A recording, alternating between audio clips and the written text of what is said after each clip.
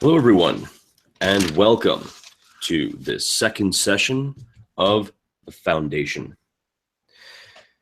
Where we last left off, our five players. I'm not used to playing with five players, and it's very exciting. We're part of a mercenary company that used to number in the hundreds. They were hired by the Kingdom of Bara to help put down an uprising by the elves of Nothlanen Halak.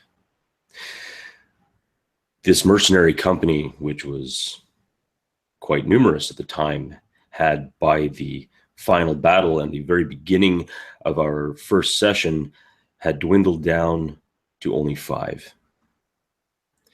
And these 5 individuals, noting their prowess in battle and noting their abilities, were relegated to the protection of one Baron Sundan Albara, which is a nephew to the king and part of a cadet branch of the Bara name. During the beginning of the battle, known as the Battle of Hana Bridge, the individuals you see before me had spoken to the Baron. The Baron had a plan which quite a few of these people disagreed with. That was to charge the heavy cavalry over the bridge in order to smash the lines in what seemed to have been, an impatient effort to finish the battle quickly. Riding up, an individual by the name of Duke Jessen Thade of Eastshore,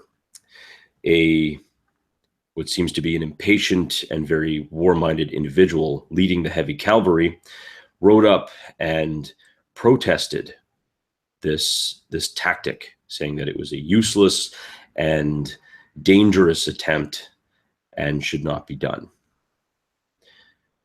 Looking to these mercenaries for support, the Duke found none, as they had supported the Baron in his efforts to finish this battle quickly by employing these powerful heavy knights.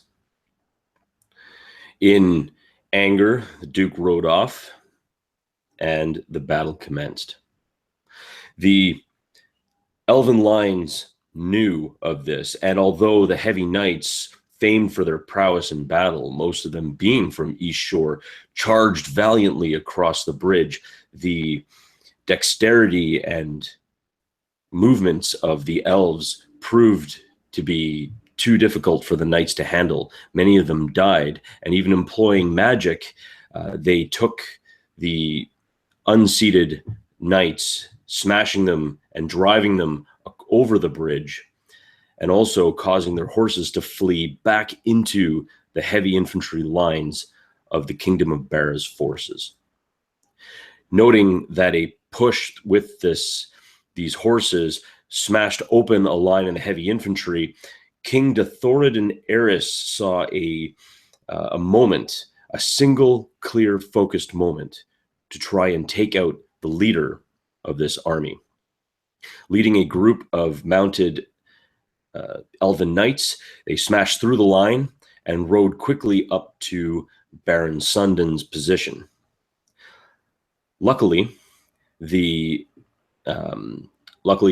mercenaries protecting the Baron noted this and fought off the knights, taking down the king, but not killing him, and thus proving and creating an end to the battle, saving these people and stopping the war.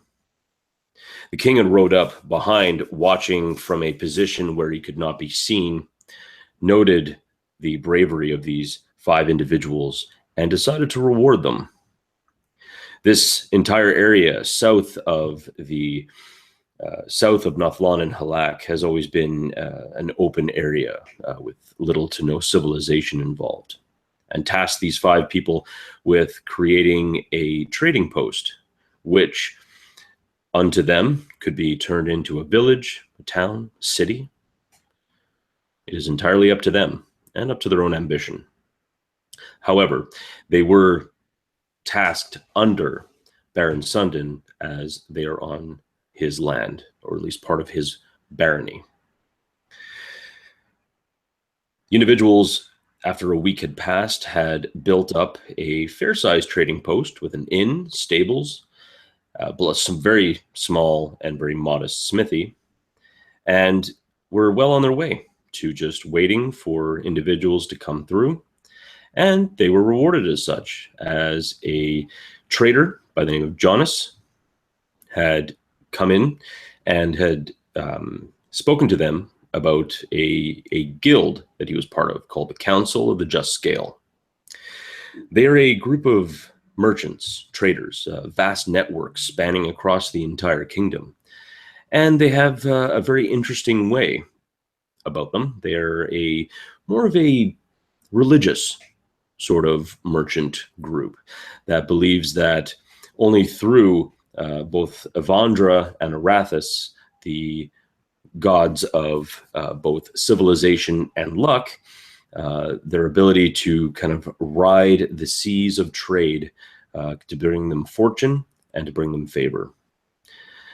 After speaking with them, one guardsman had gone up to the group and had mentioned that he had seen someone kind of nosing around just outside of the trading post's kind of territory. That evening, Iskander and Talroth had gone in, or at least gone out to kind of survey the landscape to see if the individuals around, and they were met with 2 arrows. Both fired from a bow, seemingly somewhere in the twilight of the night. Looking at the arrows, they noticed that it seems to be of a human origin, or at least human make. They went back to look at their situation. They gathered the rest of the companions, and they looked out to go hunt down this errant bowman. And this is where we pick up. So the twilight seems to be all around. The darkness kind of enwraps you like a great black blanket. Around you can just see within the darkness. Of course, now to our 2 elven members, this is not a problem, as the darkness doesn't seem to affect you. You can see for quite some ways. Noting the rolling landscape, and various trees, kind of as a vanguard to the great forest to the north just beyond. You don't seem to notice anything out of the ordinary. It's still difficult to make out, as bushes and trees do obscure part of your vision. As you are surveying this landscape, one individual comes walking up to you, a guardsman. Excuse me, lords. Was wondering if you'd be needing any of us to come with you.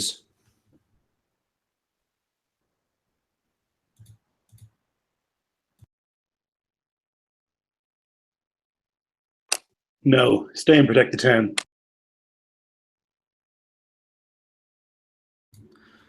Aye, understood. Well, is there any orders you may have? Anything in particular?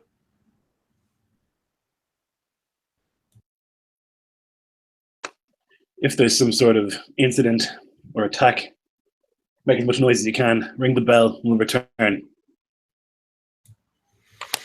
Aye. Will you be taking your orders?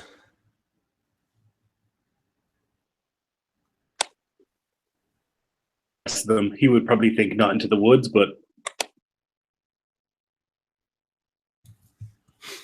and what you do notice is that, like, even though there are some trees, like small copses here and there, and a few errants kicking around, for the most part, the way up to Nathlon and Halak is fairly clear. The rolling landscape will make it ideal for horses basically until you get up to the forest. And what you would know, Iskander, is that there are some trails within the forest that allows for horses, which is another reason how the elves do have like a fairly formidable mounted cavalry units. And if you did wish, you fairly well could, except the horses obviously would make more noise.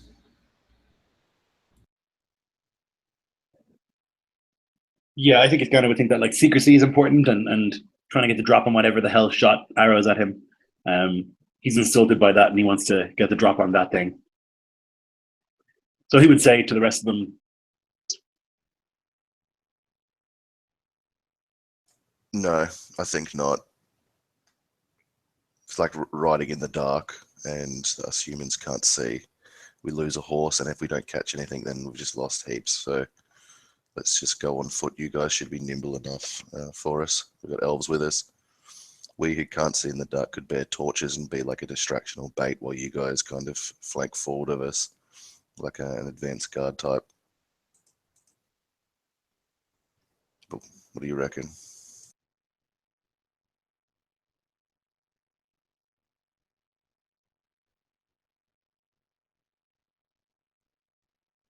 "Good, decided. We won't be taking the horses, guard." Right, right, lords. And he kind of begins to kind of like jog at a kind of a clip pace back to the town. You hear him kind of shouting in the back, "Right, you lot, wake up, get up!" And most of them are kind of starting to form up outside, and this one soldier's kind of like pointing off in certain directions to kind of get them to start walking. Some are carrying torches. A couple of them, who seem to be able to see quite well in the dark, do not. They seem to be just walking around.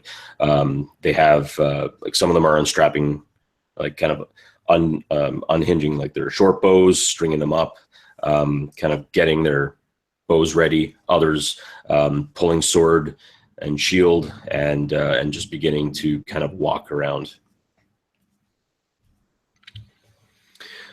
So as the rest of you begin to start walking toward the forest, or at least in the direction of the bows, again, the landscape itself just seems to be very nondescript, very basic. Rolling hills, few trees. You don't see anything like directly. You don't see anything blatant where these individuals are or even if there are any individuals. If you would like, you can make a survival check to try to see if you can pick up their tracks, or if not, you can just keep on walking.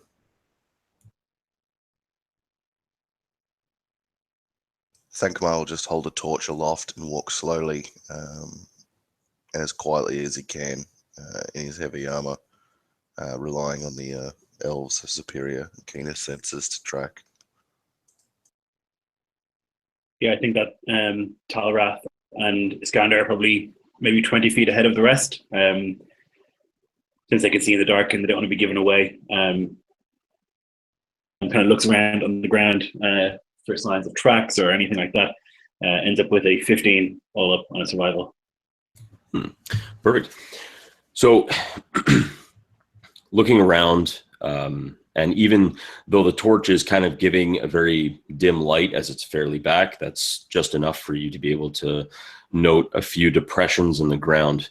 It seems that there are some tracks that lead in the direction of Nothlon and Halak, and you see kind of a few footsteps. By that roll, you can guess that there are anywhere between maybe 3 and 5 individual footprints from a different area, or someone is really, really drunk staggering around.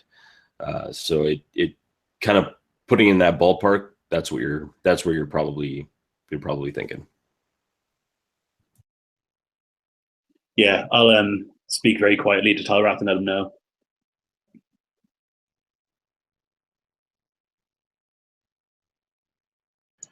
I'll nod and start slipping back to the others to let them know as well.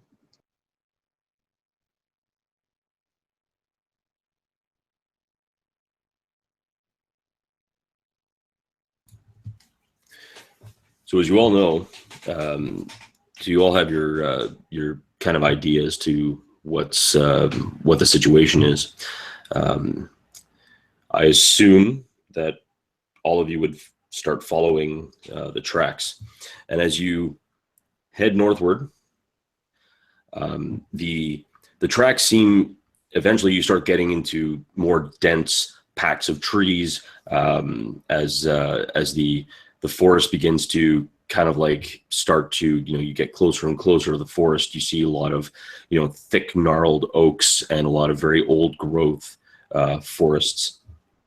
As the forest itself, as some of you would know, is definitely ancient. I mean, it's a very powerful, held in great reverence to the elves, and of course to humans as a kind of lifeblood of timber and even herbology and other such areas of trade and industry where people rely on these either healing herbs or lumber and things like that. As you make your way down, you see that the tracks begin to kind of peel off, kind of to the left, and they head towards. They look like they just head towards in the distance for some indeterminate amount of time.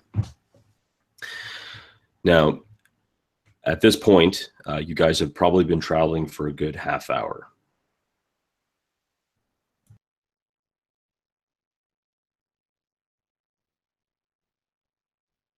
Iskander would be keen to follow the tracks and continue to follow them until we people, whatever they might be. Although he would kind of say that to Talrath and confer with the others before making that decision. I think Thankmar would look back over his shoulder at the dwindling Kingsgift growing smaller behind him, wondering if this is a ploy intended to lead some of the defenses away from it to weaken it. He shakes it from his mind and tries to keep focused on the job at hand. He's the most out of his depth here in the dark, given the keen senses of the others, so he'll do as commanded by those with better understanding of the situation.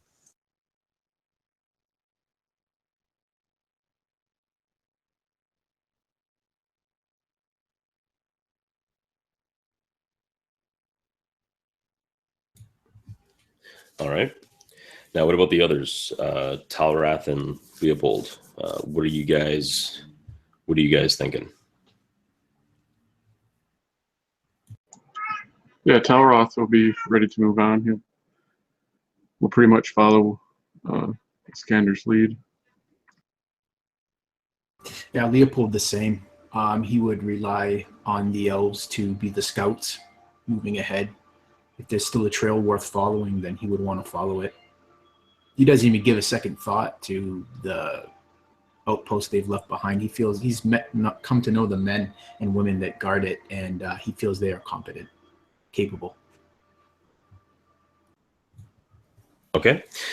So what I would like then for the rest of you, because Iskander is already on board with that stealth roll, is I would like the rest of you to make stealth rolls if possible.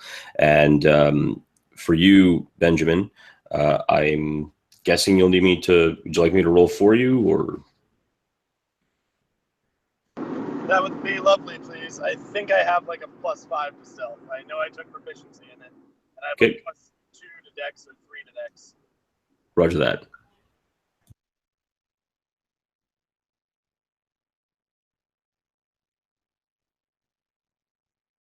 All right. Well,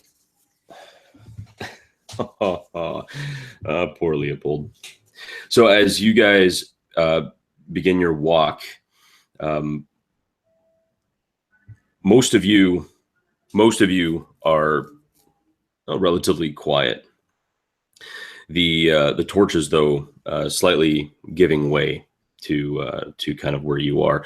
Although, as you guys were very smartly to kind of bring yourselves away from the rest of the group as kind of a distraction, Leopold, as you kind of are walking through, you manage to unfortunately step into kind of an old gopher hole. Now, luckily, it doesn't cause you any pain or you don't twist your ankle or anything. However, the sound of your foot kind of going down about 6 inches kind of causes your mail to rattle and make a bit more noise than you would have liked to have made, at least walking through. The the night still kind of goes on uneventful as you continue to pass the tracks, and very soon you see the road leading up to Forgemont and going beside Lake Vita. The kind of lazy burbling of the river kind of becoming a bit louder, especially for our elven friends. However, as you walk, Leopold, you barely manage to hear the whistle as an arrow flies off and finds its mark into you, causing 11 points of damage as this arrow just sinks through, and you kind of hear the psst as it kind of sinks through your mail and gets you straight into kind of your side. So Leopold would grunt, and they would hear the shifting of his mail as this. Does it come from the right or the left side? The arrow is in okay, your from left the front. side. Yeah. Okay. Yeah. So it's as his shield is off to the side. Thankmar would see him kind of stagger, and he kind of looks down, kind of surprised to see this shaft sticking through his mail. He feels the barbed head, having found the soft flesh underneath. That was a pretty good hit. He kind of sucks in his breath, and he reaches and instinctively just snaps the greater part of the shaft off, not wanting it to get in the way.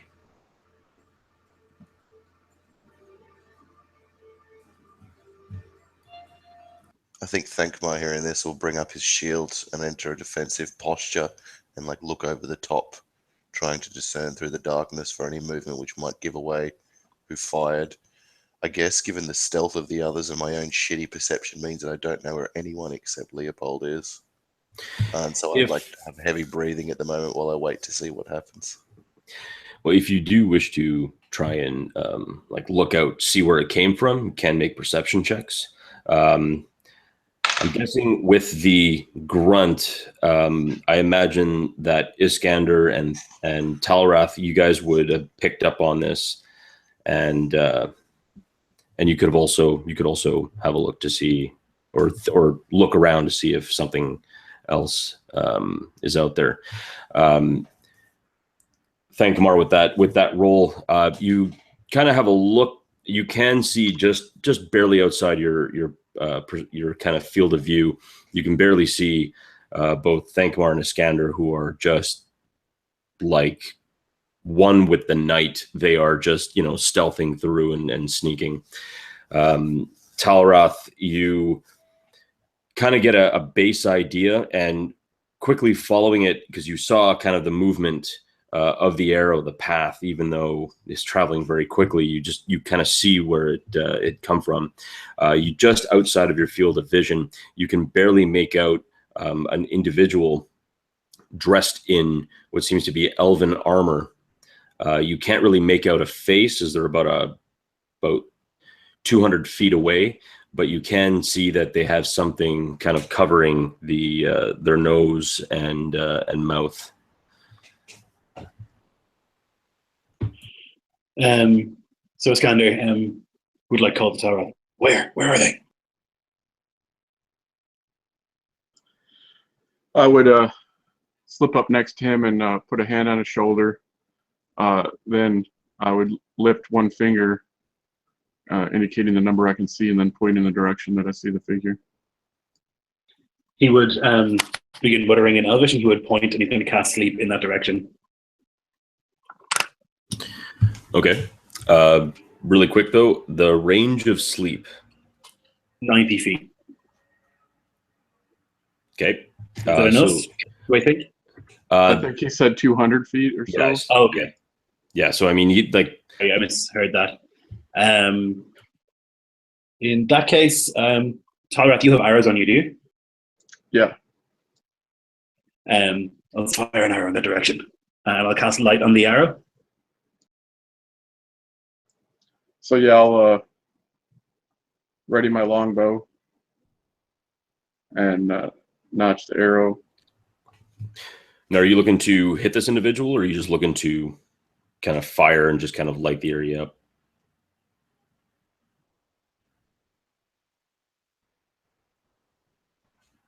Matter either way, I don't think, as long as it goes in the general direction, it'll show Leopold and Thankmar where they are. Given the fact that, like before, you know, they could have been just like giving us warning shots, but now obviously one of our number has been hit, and by his reaction, it wasn't just a light hit, so I would have no hesitation in trying to return the favor. Sounds good. Make your attack.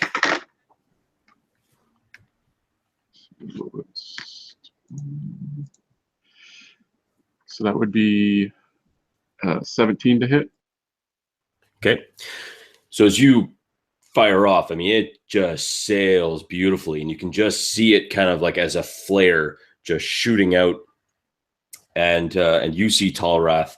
Actually, all of you can see this flare shoot out, and just at the last moment, for those of you who do not have dark vision, you just see an individual cloaked in elven armor suddenly take a hit right to the shoulder as the arrow finds its mark. Roll me that damage.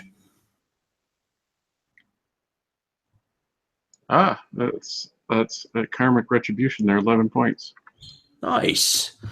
So yeah, it hits. You see this unseen, or this previously unseen archer roll off. It rolls off the shoulder, and he spins around and kind of hits the ground. As the light on the arrow kind of like pulses ever so slightly, you see another individual go in and grab. Look at the figure, grab their bow, grab their quiver, and just begin to run. I will cast Longstrider on Talrath, and then I will start running myself. Okay, so we are now in chase. So Talrath and Iskander, you guys are part of the chase. What about the rest of you? I'm going to like kneel down at Brahm's side, put my hands up upon the wound, and look up to him and say, on the count of 3, I'll count 1, and then I'll rip the arrow out, and I'll like throw it onto the ground and like stick like my index and middle finger of my offhand like on the wound and like chant an old prayer, not a prayer, maybe like intone some magic words taught to me by Iskander, and the bloody flesh will begin wending itself back together, and with like a dull light thrums at it and seals the 11 damage that was done to you, Lionel. And I'd say to Brahm, your eyes are keener than mine. Quickly, before they flee, and he'll point in the direction that the elves have whisked off in, trying to get Brahm to back them up and chase after these elves. Yeah, Brahm would wince as you rip the arrow clean, but as the magic heals him, he would just nod to you, get up, and start to give chase after the elves. All right. So we now have Sir Leopold, Talroth, Iskander. You guys are part of it. What about you, Benjamin? What would be your plan? Following along as quietly as possible. Benjamin will also try to slip his small shield onto his arm and cast his mage armor on himself.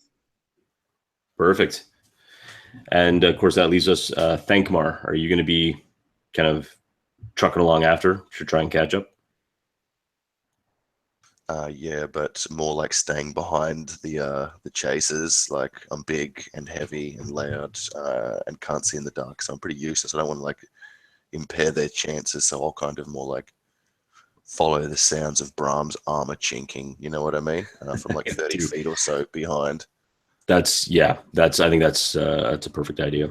All right. So what we're going to do now is we're just going to roll initiative for the chase, and then we will see what happens.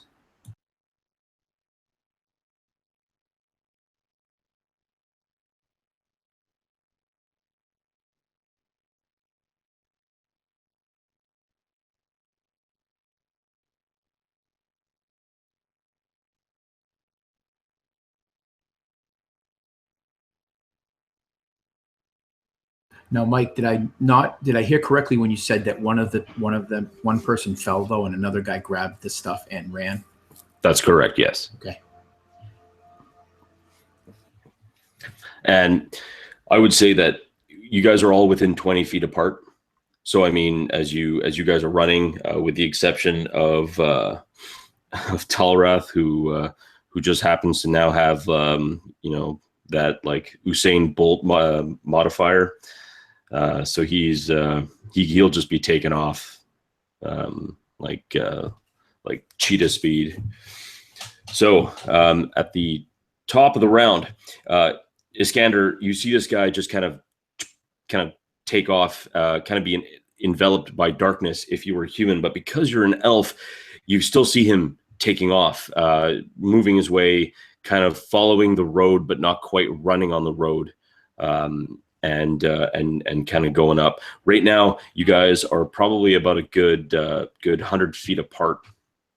As he took some time to kind of gather up the other individuals' things. You were able to kind of bound up and get close. So you guys are within 100 feet apart. Okay, so I'll just run as quickly as I can, and what I'll do is when I get, oh god, can I do that? Very difficult, and it's kind of new to me. It's all good. Right, so I will run, and I will. I don't think of anything that's good for range, so I think I'll just keep running. Okay, so I'm guessing you'll probably do like a double move. So I'll dash. Sorry? Yeah, exactly. Yeah. So you just book it as fast as you possibly can. I mean, you're just gunning it. Try and catch up with this individual. Now, as you're running, because you can see fairly well, like there's no real hardships or any problems about finding like knots and roots and things like that. As you're running kind of beside the road, so you kind of get yourself up. You're now within 40 feet of this individual, but that's only because you've taken a double move to get close up to him. And of course, next up we have Talrath. Can I call out to him just before I end my turn? Yeah, go for it. So I get to within 40 feet, and I'll say to him in Elven, stop, we want to talk. You don't need to die. And that's the end of my turn. Okay. Actually, that's really good. Actually, do me a small favor. Can you make me a persuasion check? Yes, sir.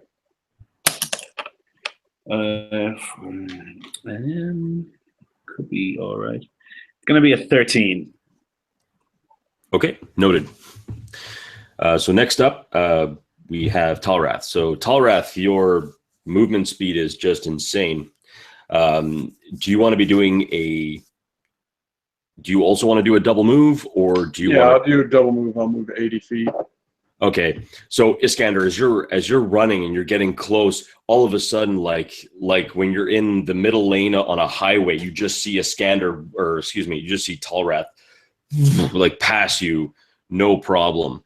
As he's just running, his legs are almost a blur as he's moving towards his target. You now, Talrath, get within. Get within 20 feet of him. Is there anything now? Because that's your double move. Is there anything you wish to do that's either a bonus action or anything else you are able to, or no? No, not at this point. Yeah, I have something in mind, but I have to be within 15 feet of him. So hopefully, either he will surrender or I'll be able to overtake enough distance to enact that plan next round. Makes sense. Good call. So next up, we have this individual. This individual just starts. He just runs, like he's just booking it. Although he is going to have to make. Oh, interesting. Okay, so as he's running, you see him stumble a bit. Kind of gets caught on a root or a rock or who knows what, and he stumbles back ever so slightly, and now Talrath, you are now within 10 feet as your speed just almost overtakes him. Leopold, we're on you now. So Leopold would be chugging along his side still sore, even though the flesh is knitted.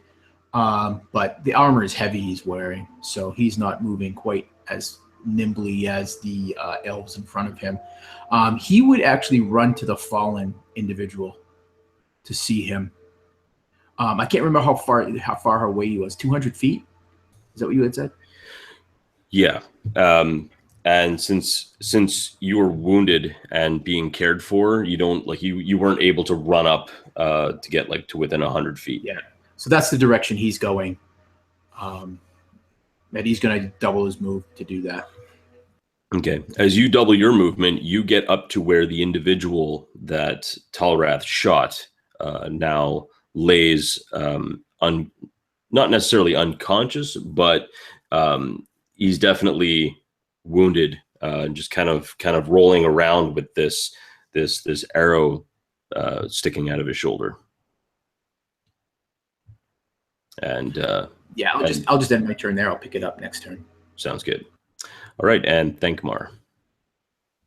As I'm running, I remember that Iskander said there are 3 to 5 footprints, and I know the elves are tricksy. I've seen some of their ploys on the battlefield, so he kind of has that moment where he slows as the rest of the pack pushes on ahead of him, and he kind of begins to look. Well, not really look because he can't see in the dark, but around this looming dark forest around him, and realizing this is a perfect ambush, get everyone to chase and focus on one while the others attack us where they want. So he's actually going to turn around instinctively behind him, almost expecting a phantom to pop out of the darkness. The eeriness kind of surrounds him for a bit as you can hear this action playing off 100 feet or so further down the path they've carved through the undergrowth. He's going to draw his sword and do a quick 180 sweep of their rear, and I'm just going to do a perception check to see if there's anyone in hiding waiting to trap us. Now, do I roll at disadvantage because I'm at the dark? It's in dark, or do I take a negative? How do we? What's the rules for that? So, would you still have been holding your torch at this point, or would you have either dropped it or snuffed it out? No, I figured that I would need a torch. Okay, so you'd probably be carrying your shield in your left hand. You'd probably be carrying a torch up to try and view around you, correct? Yep. That's at least that's the idea that I'm getting. So in that case, then no. Since you have a torch, you won't be able to see too far beyond. Yeah, that's what I'm actually looking. You know what I mean? Yeah. The 25-foot radius of my fire. I would say it would be a disadvantage then. Okay, that's a bummer because I got a fucking crit. But it makes sense. I see what you're saying. The second one is going to be a 12 all up.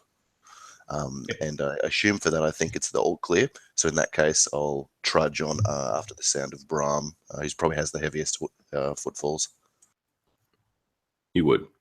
So as you kind of stop, look around, that would be part of your movement. If you did a double move, you could probably get within about 15 feet of Brahm as you make your way up. And again, you see that one individual kind of rolling around with the arrow in his shoulder, and then we go back up to the top of the round. Iskander, you are now within 40 feet of this individual who stumbled for a moment. And what are you going to do? Yeah, that's an acceptable amount of feet. So Iskander will draw his blade, and the elf in front of him will hear like shh, and then Iskander will vanish from where he's standing and appear 20 feet in front of this elf. He's going to cast Misty Step to teleport 60 feet. Nice. And so he'll basically brandish the blade in front of him, like right in front of him. We have you. Stop. And for a moment, you see the individual kind of skids to a stop, and his hands are kind of like at the ready, like they're not sure, they're not exactly sure what to do. He has like on this person's body, again, you see the elven armor, a hood that's kind of pulled up, mask across, and you kind of see the hand. He stops because they're just trying to size up the situation. At least that's what this person's trying to do. My man is behind you. He'll be on you in a second. Stop and surrender. You don't need to die. And that is the perfect moment when we jump over to Talrath. As this individual slows down, Talrath, you almost collide into him. You're moving so fast. You're not even used to this amount of speed, but you're able to catch up, and you're now within 5 feet.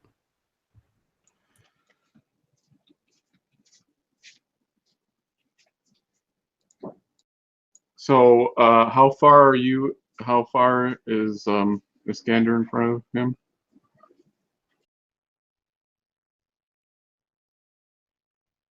Are you like right in front of him, or you got some distance? Yeah, 20 feet. Okay. So I will go ahead and hold my action.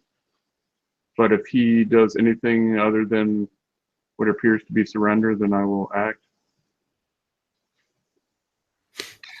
Okay. So it is the individual's turn, and they kind of stop for a moment, and actually, I'm going to make a roll on this one. Okay. So they think better of it, and they, just kind of bows their head and just kind of raises their hands over their head and just kind of clasps it around like this. However, Brahm, as you ran up and you reached the individual who was wounded. How far are you away from this individual, would you say? I would totally leave it up to you, Mike. He would want to be as close as possible. Okay.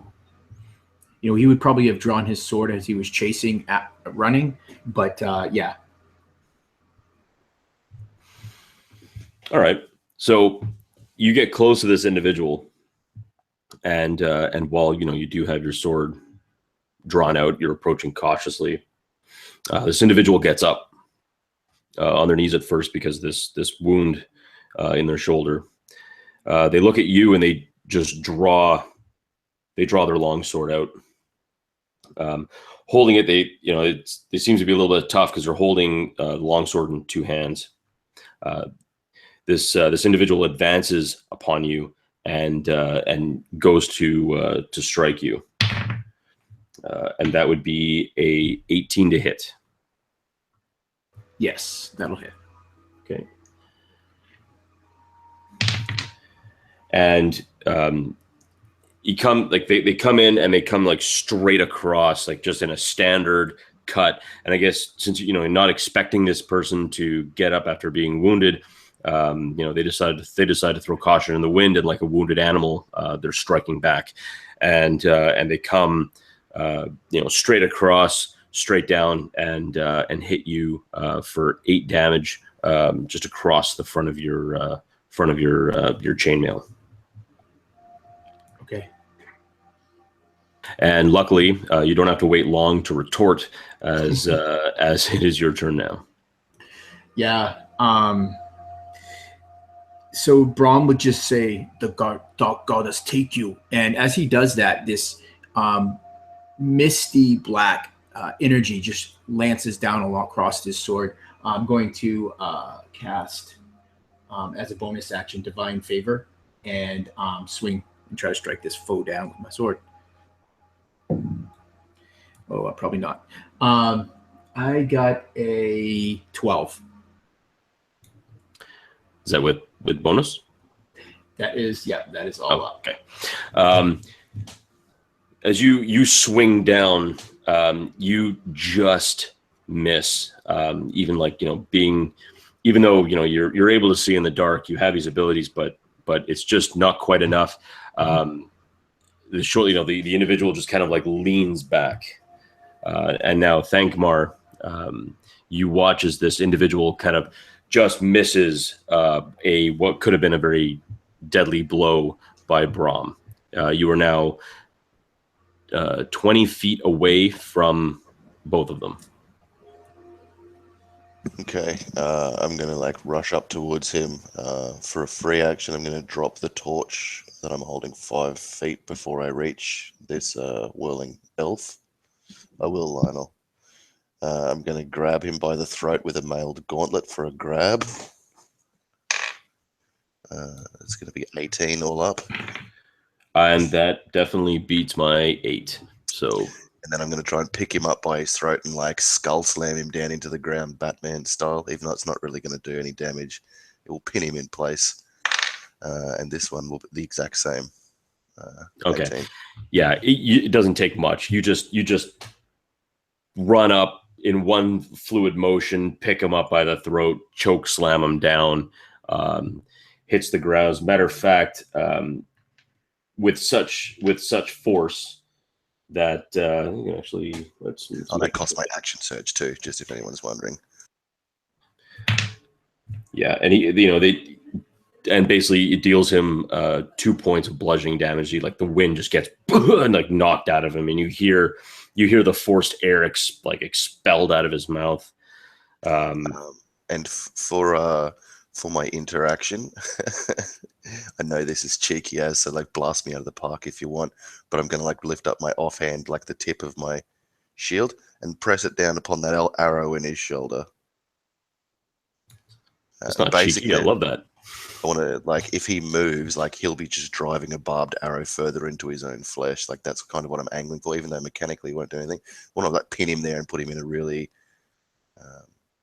or make it conducive for Iskander to make this guy surrender, which I figure he'll have a better chance to than me. I'm just doing what I know best. Brute force holding him here makes it easier for everyone else to hit him at the moment. So I'll just end my turn there.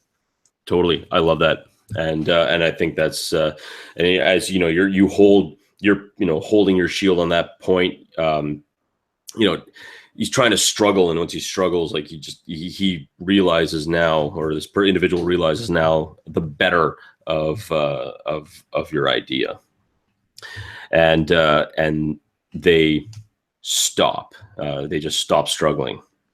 So we are now out of combat, or at least out of chase combat. Chombat. There we go. That's a kind of a thing now, and you guys are now free to do as you will. Iskander and Talrath, you guys are both flanking in front and behind of an individual whose hands are above this. They're breathing heavily, and of course, you Thankmar. You've got this individual pinned down, and again, also same thing. Hood, the mask. They're breathing heavily. You can see cloth in front of their, like, obscuring their faces, just in and out as this person is trying to suck in as much air as they can.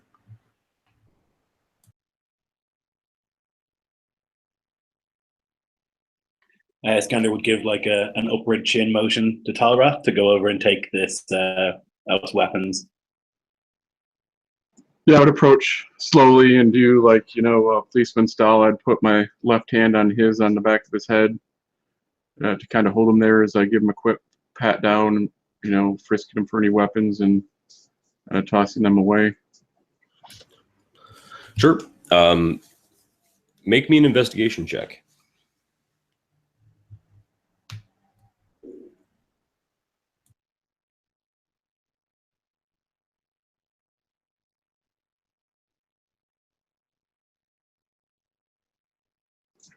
Luckily, that is a skill that I have. It'll be a benefit. Ooh, nice one. Oh, nice. 23. Beauty. So you find on this individual their longsword, which is kind of a given, but you also find on their body, or in their possessions, what looks to be a kind of a carved section of horn. It's kind of like, it's supposed to be almost like held like a punch dagger. So it's kind of like small, easily concealed. You also find a hand axe that has seen quite a bit of use, and a couple of daggers that seem to be kind of in hidden pockets on their pants, just kind of as a last ditch effort, just in case something like this were to happen. So you seem to remove all the weapons that you can possibly find, unless there's something in a place that you don't want to go is in there. This person is now completely weaponless. Okay, so once I'm reasonably sure that he's divested of his weapons, I'll give a nod to Iskander. Iskander will kind of like walk forward. He's still got a sword out, and he's probably like dragging it through the leaves on the ground, which makes a sort of musical metallic ring. Were there any arrows found with this man, with his elf? Yep, did have a quiver. The longbow, like it's like he had two longbows because he's trying to grab the other one. The longbow, the arrows seem to have been. There seems to be a mix. Some of the arrows are fletched with just standard feathers, one that you would see in any kind of a human bow, white feathers, and then there's a few which seem to be slightly longer, slightly more streamlined, especially with the arrowhead, kind of a very thin leaf-shaped pattern, one for great distance, and it seems to be fletched with feathers from a harpy.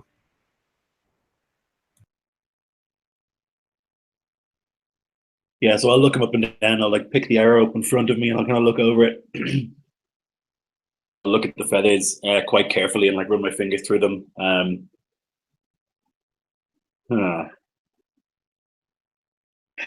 Kelthera, huh? The individual, because I assume that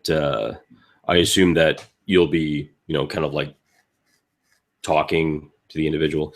The individual doesn't say anything.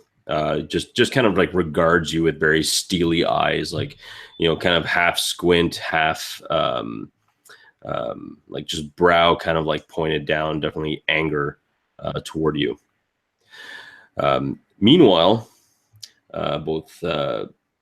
so Thankmar, you're on top of this individual. They're holding down. At first, they were kind of moving around, and then they realize every time they move, you just drive that arrow just a little bit more. So they stop.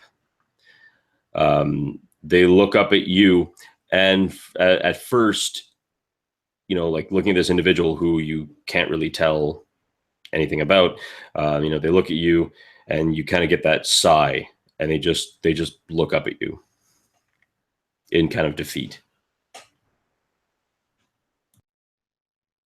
I think I'll stand up and skull drag this elf up with me. before Iskander, before Iskander's Inquisition, or pending Inquisition. Suppressing the urge to hurt this. Well, to me, it's a brigand. It's a brigand or poacher. Like it's not like an elf. It's not a freedom fighter. That's all bullshit to Thankmar. He's poaching or shooting at soldiers put here by the king. So it's an act of treason against this elf's rightful king. That king, that kinghood earned in battle and the defeat of the elves of. I can't say the name of the forest just yet off the top of my head, Nothal and Halak. So he's kind of holding him with all the regard as if he's just caught like a filthy poacher in the woods or something of the like. And he's stealing himself for like the rot that's probably going to get poured out of this this elf in front of him, but he'll just hold him there for Iskander. All right. Now, do you want to walk this prisoner to where they are?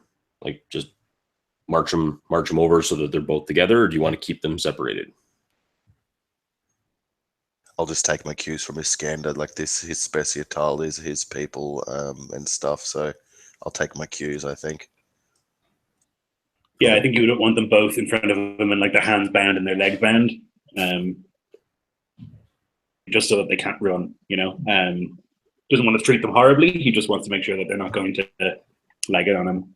I don't have any rope, so I'll take the shirt or like cloak off this elf, and I'll like grab a branch and put it through like his upended like arms behind his back, and then put the shirt over the top of him and hold him by the arrow shaft. That should keep him still. And Okay. Benjamin will actually come over and do a quick little survey of the ground around them, and start to kind of move his hand rhythmically and pull some of the earth up around their feet up to about their knees with mold earth. Oh, nice. I love that. I just love that. All right. That's cool. Yeah. So they're both standing there, as you take off the cloak and you pull the hood back, you take off the cloak to bind them. The one thing that you do notice, even though the kind of hood is still covering the face, Thankmar, you see that the ears aren't elven ears. This is no elf. Okay. If that's the case, I'll pull the face mask down into between this person's teeth and put my fist in the back of it and give it a twist so that it tightens like a gag, so that they can't call out, just in case Iskander is right and there are more than just two here that could be within earshot. And I'll point it out to anyone else who might not have noticed, which is laughable because they're also more perceptive than me, but I'll say this is no elf kin here. And I'll like turn his head roughly to the side for them all to see. Strange. They've got elven arrows from Clan Althera. And can shoot well in I the think dark. I'll gesture at the tear in Brahm's clothing, as if like that's further evidence for like this mystery. They do. I think we should take them back. No point in doing this here in the dark where we could be surrounded. There's no point to doing justice where no one can see it. Exactly. That's the line of the campaign right there. That got me good. I love that. All right. So you guys grab these individuals, roughly spin them around, and begin to walk them back.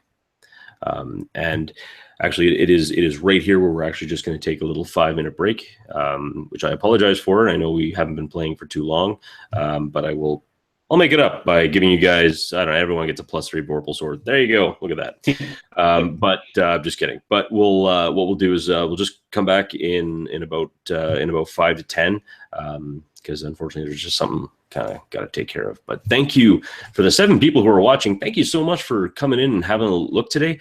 I love this campaign. I love this world, and I'm so happy that Lloyd told me that he wanted to run an empire building campaign, because this is phenomenal. And what I'm hoping to is that once we kind of work our way in this campaign, which is just lovely, because all these players, I'm so honored to be running this game for these great people. I'm ecstatic, and I'm gonna start putting out some videos on running empire building campaigns. We'll see how it goes from there. But until then, I'm gonna turn the floor over to these fine people if they want to plug all of their awesome stuff, because they should. And we'll be right back in about 5 to 10 minutes. All right. Thank you all so much for watching. See you in a bit.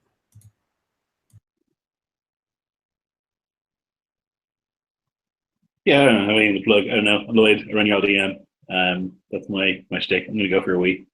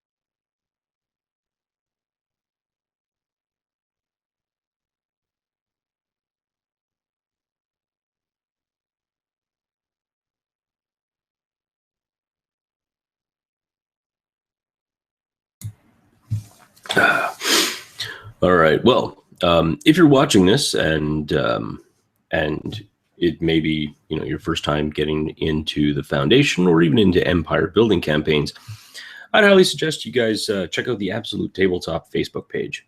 The Absolute Tabletop Facebook page is a great page on Facebook that is all about the Absolute Tabletop Publishing Company, but it's also a really amazing community for people to get together and talk and run games and play in games. There's always something going on there. Always a great conversation. Talk about a lot of interesting topics. A lot of people do kind of live Facebook feeds and talk about different things, and there's some pretty cool discussions. And there's just a lot of great people involved. So if you've never heard of it, or you want to get into a very welcoming and very warm group on Facebook that's all about RPGs, and not just Dungeons and Dragons. If you're interested in Numenera or Fantasy Flight Game Star Wars, or even Traveler, or a host, or even a plethora, of other games, really definitely suggest that you check it out. A lot of great people on there, and I'm just happy to be a part of it. It's where I was able to meet these 5 fine fellows who I've gamed with before. All great people, all great role players, and yeah. So I hope to see you guys on there. I hope perhaps you'll be able to make a first-time post and check it out. Probably when this session is over, I'll make an addendum inside or down in the description below for a quick link to the Facebook page.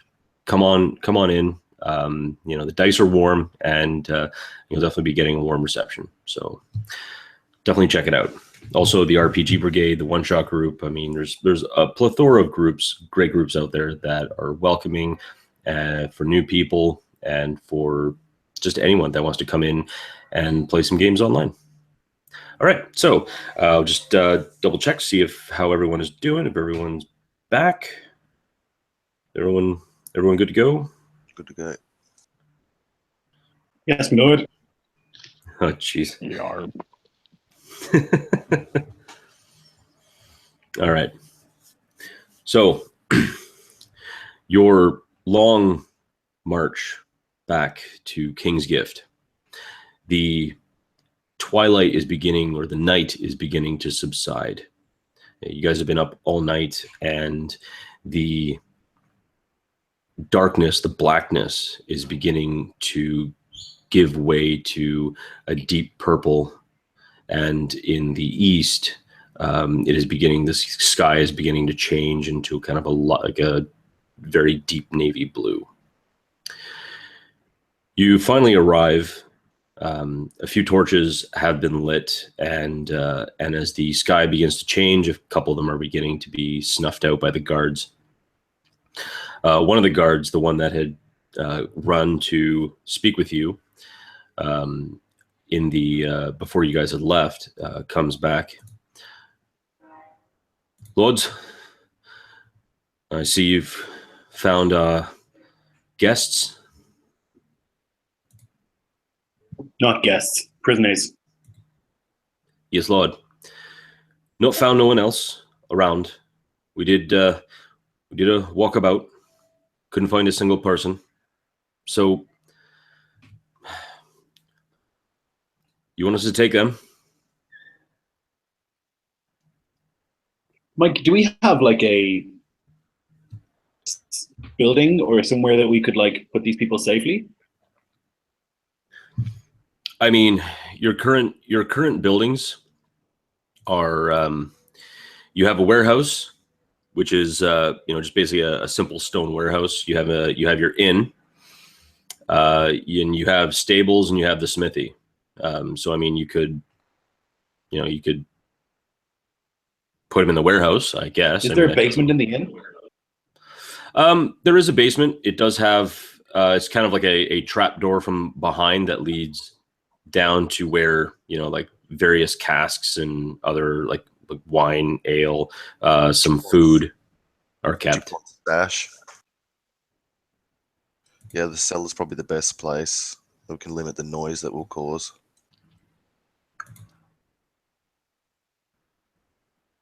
Yeah, somewhere out of the way and somewhere that's going to be hard for them to escape. So if we like lock those trapdoors that are outside and make our way through the inn, we should be relatively safe. You very well could. Conversely, you could also stick them in the warehouse. The warehouse does have a door that does have like a padlock. Currently, inside the warehouse, you guys have wood and stone, and you have probably a few more bags of like barley grain, wheat grain that you guys have been using for for various other purposes. As you guys also like looking around, some of the other guardsmen, kind of just begin to gather around, as their watch is for the most part, like they haven't seen anyone else. They begin to come in close, just to await for further orders.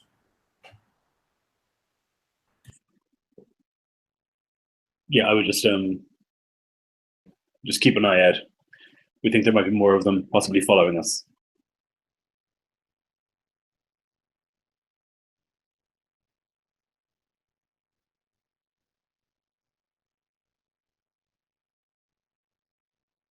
I think I might leave at this point and go to DuPont's and just rouse DuPont, tell him what's happened, and we'll get some food together and drink before going back to the other guys with the prisoners. It might be a long night. Well, a long morning. All right. The one of the guards pipes up, a young woman by the name of Veritas Quinn. Says, "Well, I mean, we didn't find much in the way of bandits or whatnot, but I did bring down a juicy deer this morning, so we'll have breakfast, we'll have lunch. Just got to go butcher it, but at least we'll have food for a while." Well done. That was well struck. He kind of nods at her, gives her a little bit of a smile. I think the one customer at the inn will be appreciative. I don't know if we'll be feeding our friends here any of your fine catch, though. She looks at you and kind of like does a half smirk, turns around, and she heads her way kind of into the inn to clean and like prepare the deer for roasting and possibly other types of food, stew, whatnot have you.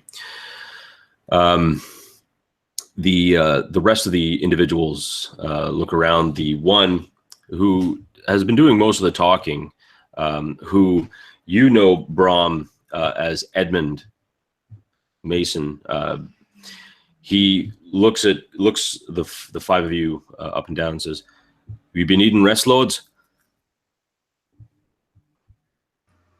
Brom would be standing there. His tabard is all torn and bloodied with his own blood. But he would be too proud to say that he feels tired. He would just shake his head no to Edmund and say, "We would be fine, Edmund. Go, fetch us some water." "Aye, lads." And he turns around, goes grab a bucket, and kind of goes over to like pops over, kind of does his thing. Sorry, just real quick. I don't know if I would have had the opportunity at this point, but going forward, as I can, I'm just going to try to observe and assess the guards to try to identify some people to kind of form like a core group that I trust, and can give special tasks and stuff to you. So just to apprise you of that. Okay. So, from the 10 guardsmen that you do have, and speaking to some of them, like whether or not it was before this incident or even after, it seems that Edmund, while not necessarily old, he does seem to be kind of like a natural leader. People seem to look to him to make some decisions. And these are basically going to be all 10 of them. The next individual, his name is Gadfrey Plum. Gadfrey seems young. He seems eager, but it seems that he doesn't know much in the realm of soldiering. So he's kind of new. A few of them laugh and call him Gadfly, which he really hates that nickname, because he's always flitting from place to place. It seems hard for him to settle on one thing in particular. The next individual is Wynn Reed. She's a soldier. She seems to have come from Trace. Nice enough, good with a bow, as many people from Trace are famed from being. You have Malser, who is the temporary innkeeper. That's the one you kind of like, yeah, make him do it. And he kind of, he's kind of a very much a easygoing, doesn't really doesn't like to cause a lot of waves, just kind of does what he is told to do, but never really goes anywhere beyond that. What was his name again? Malser. Malser. Yeah. The fifth individual is I put them all in the chat, guys. Oh, perfect. Yeah, so you have old Jeff, who's just like, it seems like the standard kind of grognard, been there, done that. He was there during the Battle of Hana Bridge. He's got like a scar that starts like right from the very, like his hairline going straight down, and even his eye is missing. It's just an empty socket. He's got a grizzled like salt and pepper beard that goes down to pretty much his chest. He doesn't seem like fully unkempt, but at the same time, he's kind of one of those guys that you're still alive. We're going to kind of give you a wide berth, and quite a few troops kind of respect what he says, but at the same time, don't ask him a lot of questions. And then you have Jean Dorlaine, seems kind of a swarthy, kind of talkative type of troop. Good enough soldier, you think. He talks a lot, but he's fairly good with a blade. Aslim Thale, which is the only half elf in the group, seems to be very quiet. He doesn't say very much at all. And although some people talk to him, he's just mostly nods his head, or will say the odd word. Dundas Rowe is an individual from Middenheim. He's excited to be out here, but he's also kind of nervous. Seems like a very nervous individual. Veritas Quinn. She's from up north. She's from Crystal River, where she was a hunter up there before joining up with the army. And then Mira Knott, who seems to be from Forgemont, and she was the daughter of a tanner there. Now, Aslam, the half elf, how does he seem to act towards Iskander and myself? I mean, different or just kind of the same kind of quiet standoffishness? Yeah, he doesn't really talk much, and I mean, although he just seems to be just kind of, he'll sit, he'll do what he's told, doesn't challenge anything, but I mean, he won't go out of his way to talk and get to know other people. Okay, so then yeah, it would probably be Edmund, who I kind of rely on to take care of things that I, give instruction to, and when it comes to it, anyway. Okay, sounds good. Yeah, he's definitely the type of soldier that he's not doing it because he's looking for any sort of kind of reward. He's just doing it because he wants to take his job very, very seriously.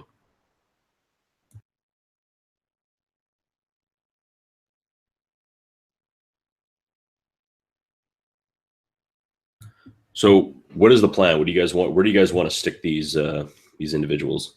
Let's take them down to the cellar underneath DuPont's, and we'll interrogate them right now while our blood's hot and before they can succumb to wounds or maltreatment. Yeah. All right. As you push through the doors into the inn, kind of pushing them a little, kind of moving their feet, they're shuffling as their legs are bound, but not tightly bound, so they can, so they can only hop. Right. They, just to keep them from running away. There's enough slack, so they shuffle along.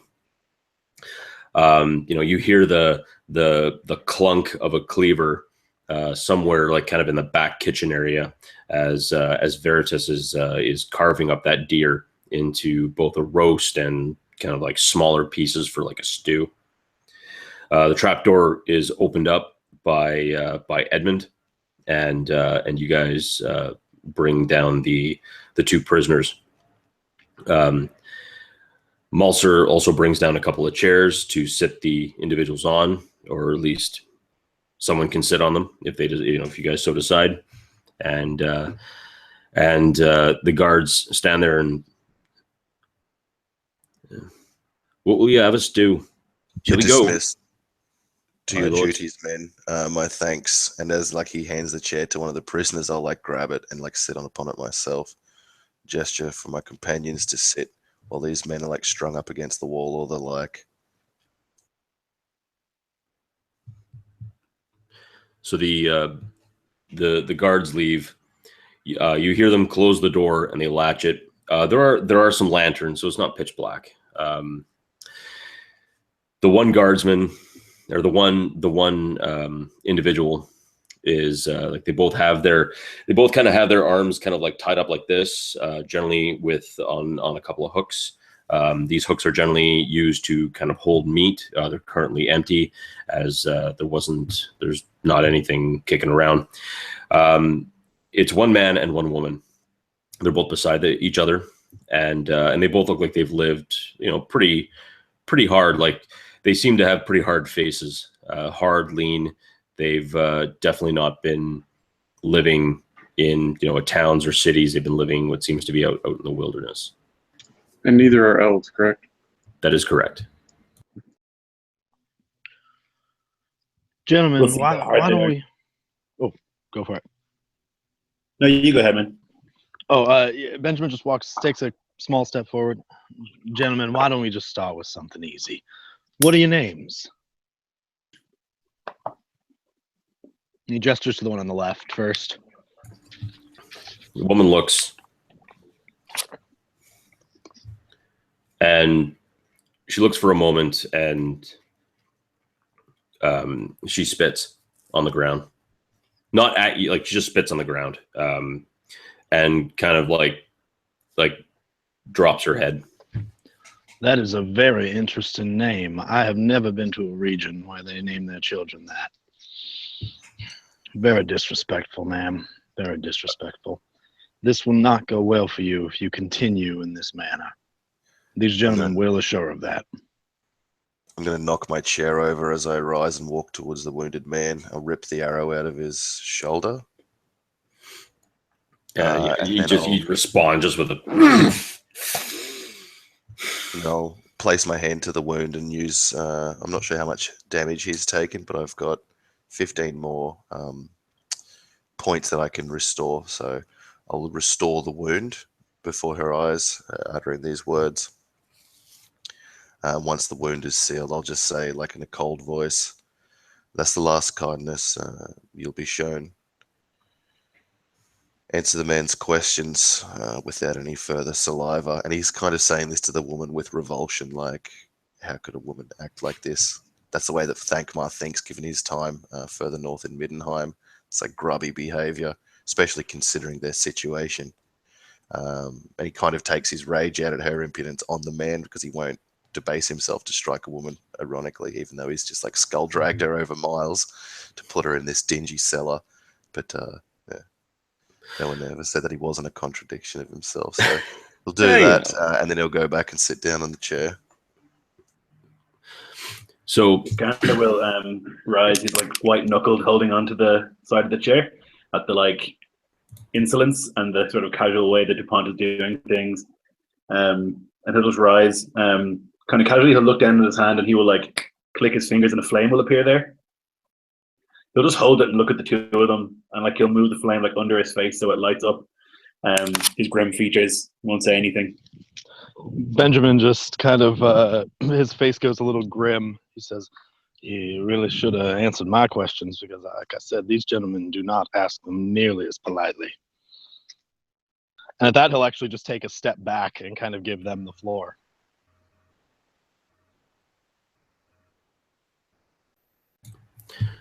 all right, so for you, Iskander, I'd like you to make me an intimidation check. Gladly. It's not great. It's going to be a 14. Okay. The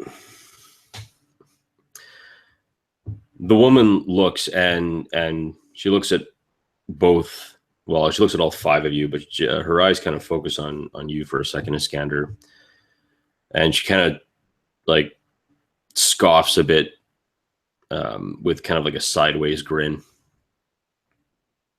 I'm going to take out the blade that I have at my side. It's a long curved blade in like a heartbeat and just cut across her face and the cheek and put it back in the scabbard.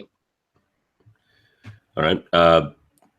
Seeing as how she's restrained, just roll for damage. Let's see how enthusiastic you are about this.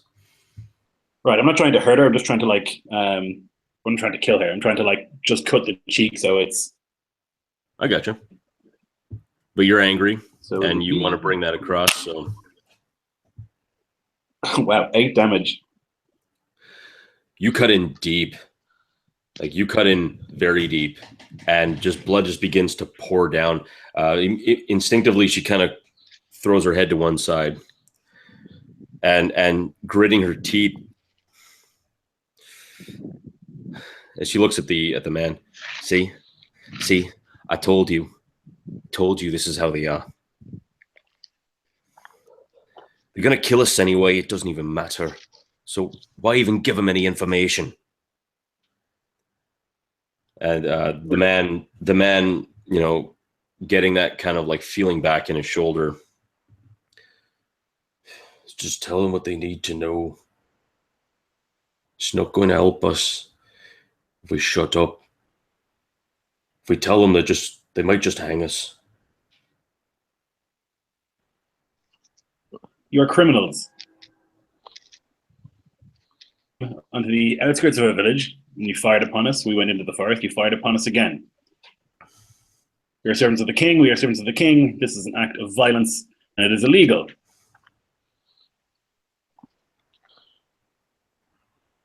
The woman just kind of like scoffs again. The man, however, seems to be a little bit more nervous. He looks at you and says, well, I mean,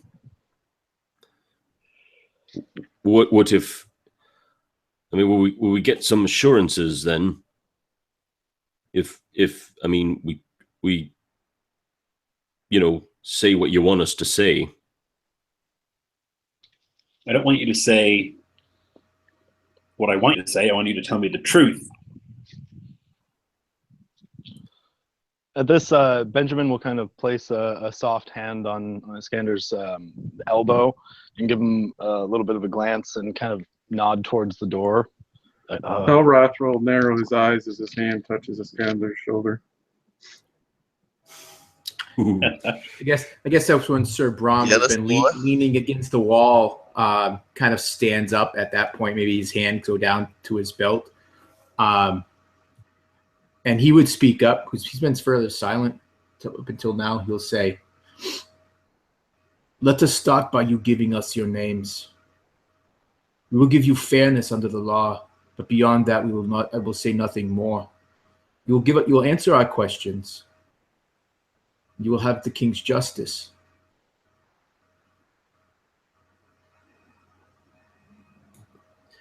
The woman And he looks. would. Oh, sorry. And he would walk up to the woman. He would kind of look at that cut across her cheek, and he would look at her and he'd say, "May I?"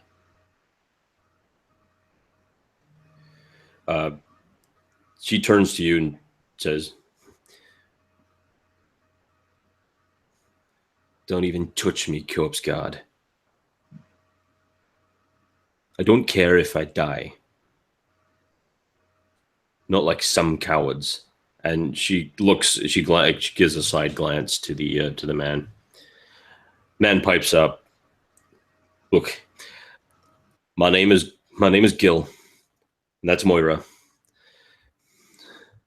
We was in the king's army, but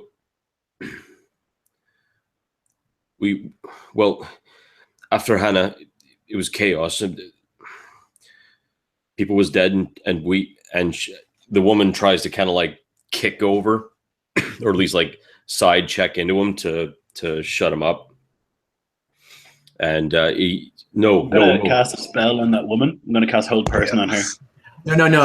Let me. I'm closest to her. Leopold gives her a backhand across their head. Just right at the temple, on the opposite side that Iskander cut. Actually, you know what? I'll say this happens at the same time. Perfect. As you strike her, Iskander, your spell kind of takes a hold, and her whole body kind of shifts and just locks. So almost like she's frozen. Her face kind of off to the side, her cheek compacted from the mailed strike, and she just seems to be locked there. Perfect. I'll look back at Iskander and kind of raise an eyebrow and an approving nod. I would just give you a look and take a step forward. And I would like get up to the woman, and she's like frozen. She can't even blink. Her muscles won't move. And I'll come right in front of her face. And I'll say, if I wanted to put a finger in your eye, I could do so, or a blade. And close her eyes so that her eyes don't dry out. Step back. Benjamin will step forward at this point again, and he'll walk straight to the man. I already forgot his name. It was Moira and Gil. And he'll walk forward to Gil, and he'll say, "Why don't we make this a little easier?" And he'll place his hand out on Gil's forehead, and he quietly whispers to himself and casts charm on him. He said, "Now tell me, friend. Tell us the whole story and don't spare any of the details. And he looks down at Moira. Why don't you stay quiet for a minute?" Okay. Well, Gil failed his save. What is it? I believe it would be a DC. It's a DC. I think it's 14. 14 sounds right. I had to double check that actually. Yeah, it is. I only rolled a 6. There's no way that he's charismatic enough to beat that. Oh, fair enough. So you see his eyes kind of glaze over, and he kind of has this he's kind of got a half smile on his face, but he looks like he's been like almost doped up, with so he seems very relaxed, but it all seems so false. He looks and he says, "Yes, friend. What have you been doing since the Battle of Hana?" We were told, we ran off. Our unit. Deserters? I mean, yes and no. We was gonna run off after our unit was mostly smashed by the horses and the elven archers did their number. We were about to run off and we were approached by someone. Seemed like he was important, to be honest. He smelt nice, like flowers. Moira here called him the perfumed man. Says he was from Forgemont? Yeah, he was from Forgemont. Said he had a job for us. all we had to do was not run away. But the other thing we had to do was take some armor, strip some dead elves. Moira here, she didn't care. Apparently her paramour was killed 2 months ago by elves. Says she calls them filthy knife ears and whatnot. I guess she has a right to be angry. But anyway, well, we were supposed to dress up in this elven armor and take as much elven arrows as we could. So we were supposed to be like elves. None of us knew Elvish, but didn't matter to the perfumed man. Told us we had to go and start robbing traders and stuff. We would get the money, but, well, it was mostly said to drive home a point. Drive home a point to the Council of Kingsgift by any chance? No. I think he was trying to drive home a point that elves were bad. I think. We were supposed to be all mean-like, and if there were groups of them, we were supposed to kill a few. But I guess they were supposed to find out, or at least figure out, that elves was the ones that did it. Yeah, I'll turn from the enthralled man back to my companion. So someone rich enough to perfume themselves is trying to smear the elves and cause more violence. Who would stand to benefit from a renewal of conflict between elves and men? Certainly not us, or any of us so close. Arms dealers. From Kingsgift. Arms dealers and lords, those who make weapons. The most, I suppose. Someone with military connection. Anyone that benefits from continued war with them. This man, Gil, what did he look like with the perfume?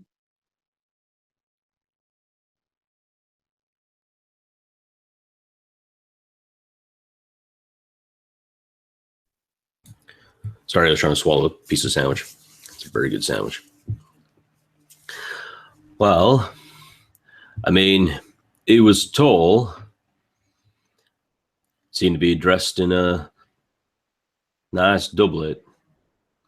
King's colors, I think. All reds and blues and whatnot.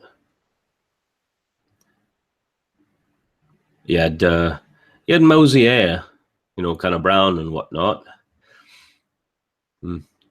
He had piercing green eyes. He almost seemed to speak with a bit of authority. Can I roll a history check to see if this is consistent with any of the nobles that I would know of or have seen before? Specifically, any of the nobles that we interacted with at the Battle of Hana Bridge? Certainly.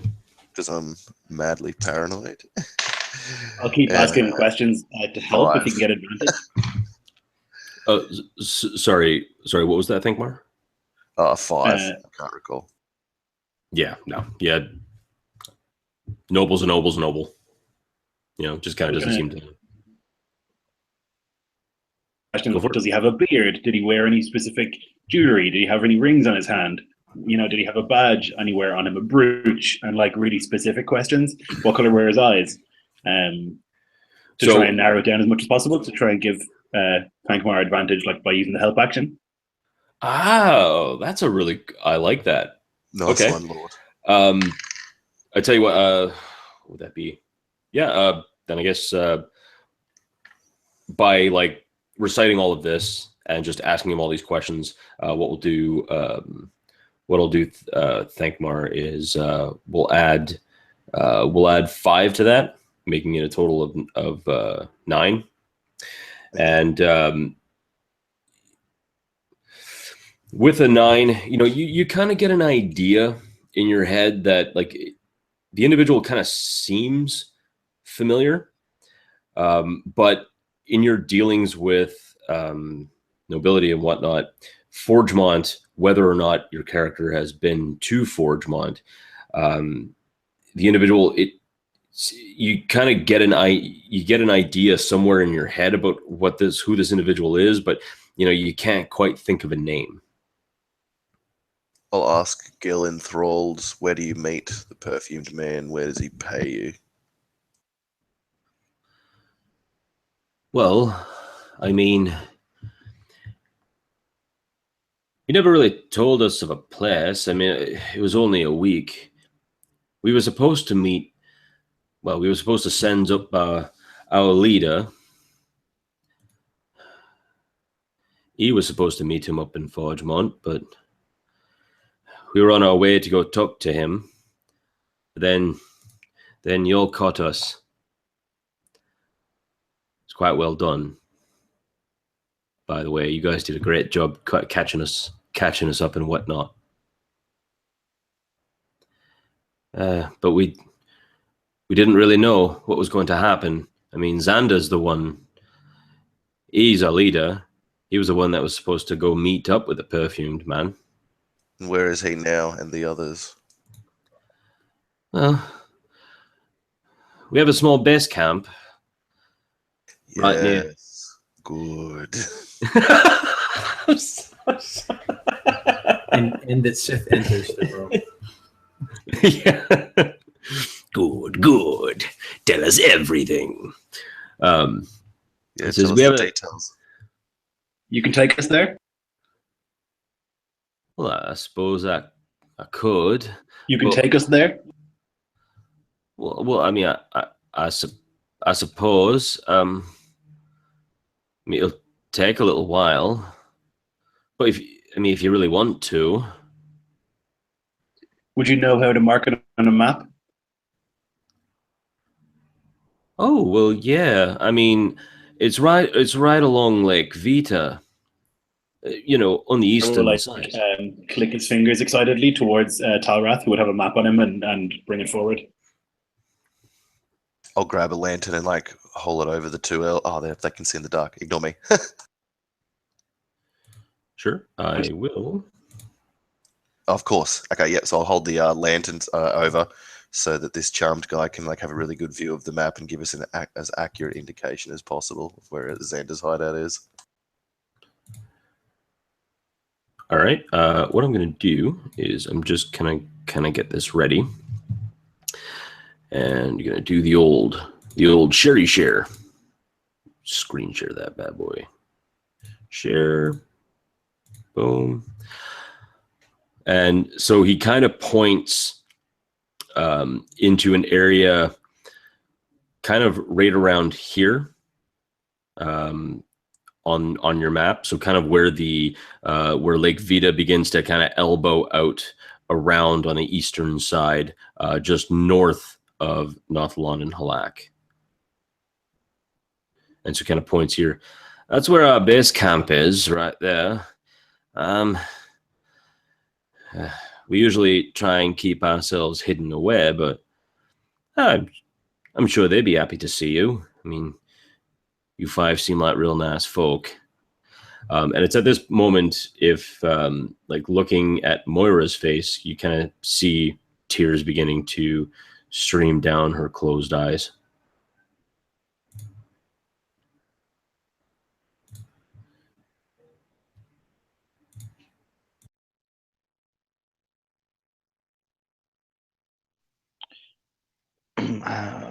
Could I have a word with you, gentlemen, away from these two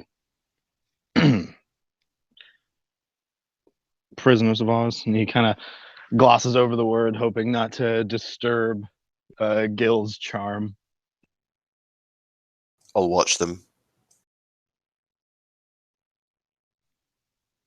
So yeah, Benjamin will kind of exit the room, hoping that at least one or two of the others will follow him so that he can talk to them about what they're going to do with these guys.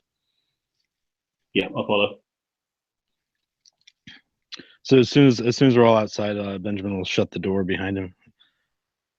Now, obviously, their transgressions cannot go without punishment, but I believe they may be of more use to us alive, and our first order of public business it may not be particularly beneficial to have it be slaughtering a number of humans. But I do think that we should publicize the fact that there are humans in the woods masquerading as elves, so that any attacks don't cause any undue tension. I would agree. I think it's key that we keep this elven situation under control. I was hoping to make overtures towards many of the elven clans soon so that we could try and organize peaceful negotiations. This is very troubling. These two people are criminals, and I believe they should be treated as such. So I would suggest that we cut off one of their hands. I think that is a reasonable solution, although I think that the male prisoner seems to have some amount of remorse for what he's done, and I think we may be able to offer him some sort of deal to help us take down his organization in exchange for some sort of leniency. I'm not saying we don't take a finger or two,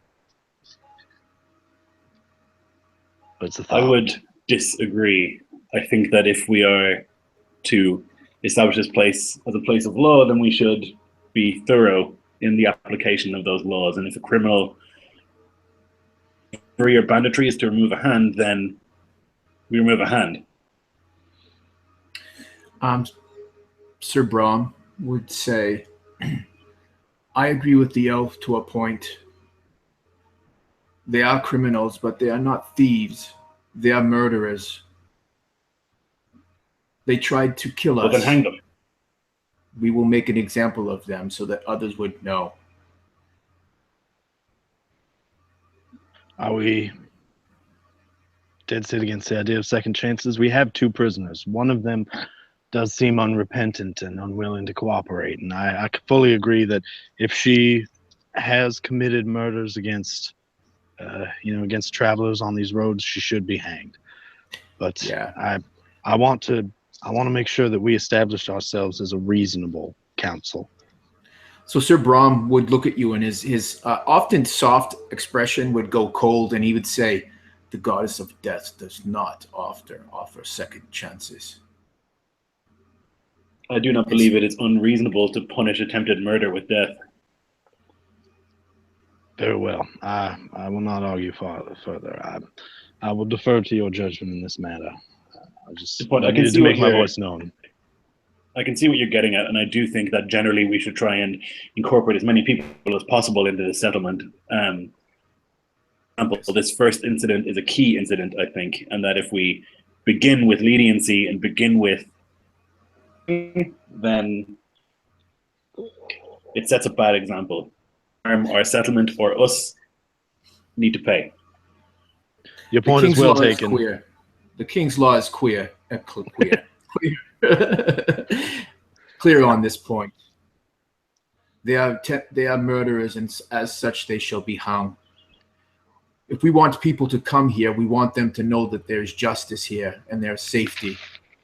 If we were to give leniency to someone that would attempt to murder us, the King's agents, what message would that send to others? No. There'll be no leniency for these two.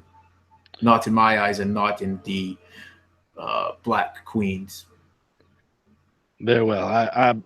You have convinced me. I agree that it is fair that they are both to die, but I still think that we may be able to use the gentleman in order to perhaps lure his gang's leader into some sort of a trap.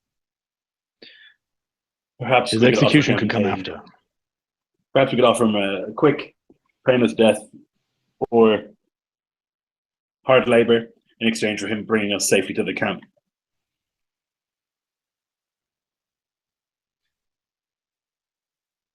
I don't see the problem with I don't see the problem with committing criminals to hard labor. We need hard labor. This is a fair point. Toran, if I may. Of course. Regarding the other matter, until we have more information, would it be to our benefit to make it known, this plot of them impersonating elves? It could make known that we know, warning those that are against us. It could also panic the people as well, damage our relationship if we are hoping to establish one with the elves, to know that humans are doing this. I think it might be wise to send a message to the nearest clan of elves and tell them that we have discovered that there are men masquerading as elves. And they tried to cause problems with our settlement, but we did not make a knee-jerk reaction. We investigated, negotiating with the elves. If we are going to be executing these people, I suggest we send the woman's head along with that message to make sure the elves know that we are serious about protecting their reputation. Perhaps agree. along with a gift of the armor that they had stolen. And the arrows. Very well. I think this is fairly decided then. Good. So it's kind of like nod his head and move back into the room with the prisoners. I didn't kill him, but I wanted to.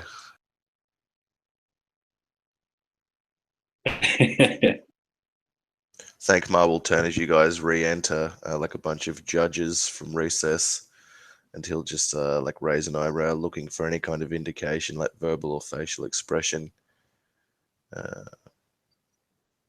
Yeah, Iskander would like beckon you over and just like whisper in your ear what has been suggested and look for your input before we make a final decision. We should kill them both and keep it quiet. No need for the elves or anyone else to foil our plans to catch this Xander and find out who the perfumed lord is. If we don't kill them both and the elves find out about it, they'll be angry that we let humans like parade as elves and like smear their good name. So there can be no mercy, unfortunately, even though I know we're like bereft of citizens right now. Probably wouldn't be good to have our first census be like these two, a coward and a woman who wants to kill us and who is brave enough to try and do so. We should torture them for information and then kill them. That's my input, but I'll do what the council decrees.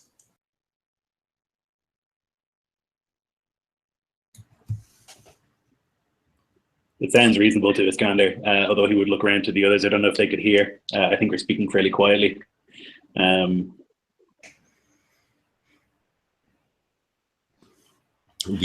Gil just seems to be like kind of like smiling and just staring up as he is charmed. He's not exactly in full control of his faculties, so he doesn't really hear anything from you guys. I would suggest, Iskander says quietly, I would suggest then that we get all the information we can from Gil while he's in this state. Any information about the hold, this secret lair, for some days until we return where we can execute them. I think a public execution is better than a silent one. Yeah, after we've sorted it, and then we give the gear back to the elves after it's resolved, so we can actually give them like a sealed parcel than one with like a string hanging out that will still have to be unraveled into further chaos. I don't want the elves seeking reprisals against humans before we've sorted it all out, because then that gives this perfume man exactly what he wants anyway. Yeah, agreed. If Gil and Moira are telling the truth, which none of us rolled insight on, which I'm going to now. I got an 18 insight on like the things that I've heard from Gil. So, no worries. You can tell because especially the spell, the charm spell. He regards the five of you as friends, so he has no qualms about telling you, what's going on, even pointing to the area on the map, because you guys are all but good buddies. So he'd probably want you guys to come in on this. Join our bandit group. We're really cool. We have cake. So I mean, he's to him, it's like he's just speaking of good friends. Okay. With Moira crying, I want to do an insight check on that. Like, is she just crying because this guy's betraying the band of brigands, or is it something else? But it's maybe unclear to me. 13 this time. You can see, like, even though her body, she cannot move, you can tell that she's up. You can definitely tell she's upset. It's kind of a given. You know, like her eyes, you know, closed. You can't really. And again, she also has hold person, so it's not like her features. She can really move her face in such a way that is like anger or sadness. But like, you know, a couple of like errant tears do roll down her cheeks, and that's about it. I'll look to Iskander. We should question Gil until this spell effect wears off, and then try the same upon her. Yeah, he nods. There's obviously something going on in her mind, and it might be more than what's happening inside Gil's. So probably a good idea for us to pump it for information. Okay. So you guys want to drop gonna drop the charm spell on Gil? I can't actually remember what the time on that is, because we may have actually like worn it out. It's probably at most, I think it's 10 minutes. Okay. So I think we probably. Oh, it's 1 hour actually. Never mind. Yeah. So yeah. So I didn't think you guys would be doing this for an hour. Like, you probably still have. I mean, this whole exchange probably lasted about 15, 20 minutes. So I mean, you're a third of the way through. So yeah. One of the things that Leopold would do before the woman is unfrozen, even though she said not to touch her, he would reach up and touch her cheek where it was cut, and she would feel a cold, burning sensation of mystical energy as he would heal the wound. For how much are you going to heal her for? Just back up? Yeah. Was it so? That was 8, but she probably took other damage. No. No. Gil is the one. Okay. Gil was the one that got the arrow. Yep. And Moira was the one that had bolted. And that. Both. Yeah. So I would do the full 8.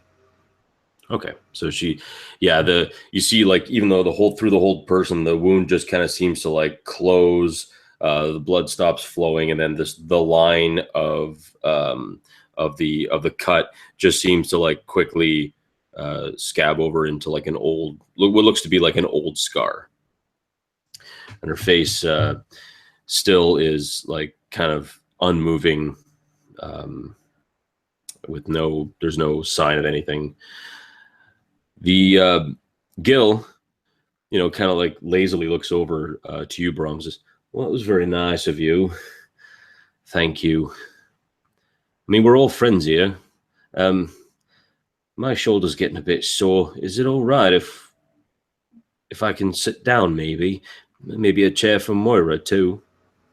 Brom would reach over and help take his hands up off of the hook. And maybe grab the chair that Thankmar knocked over, set it down. But I'm going to leave Moira where she is. Okay.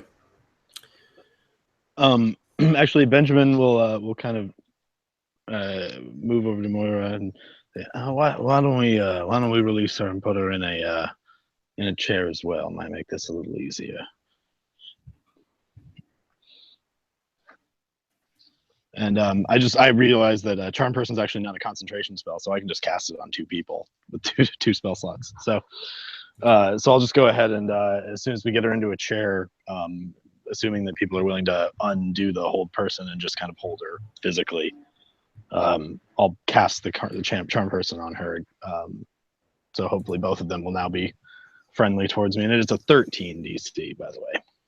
Oh, it's 13? Okay. Yeah. Well, Gil had failed it regardless. Yeah. Okay, so if memory serves me correctly, who cast hold person again? I did. Oh yeah, it was you. Now, are you going to drop hold person on Moira now? Okay.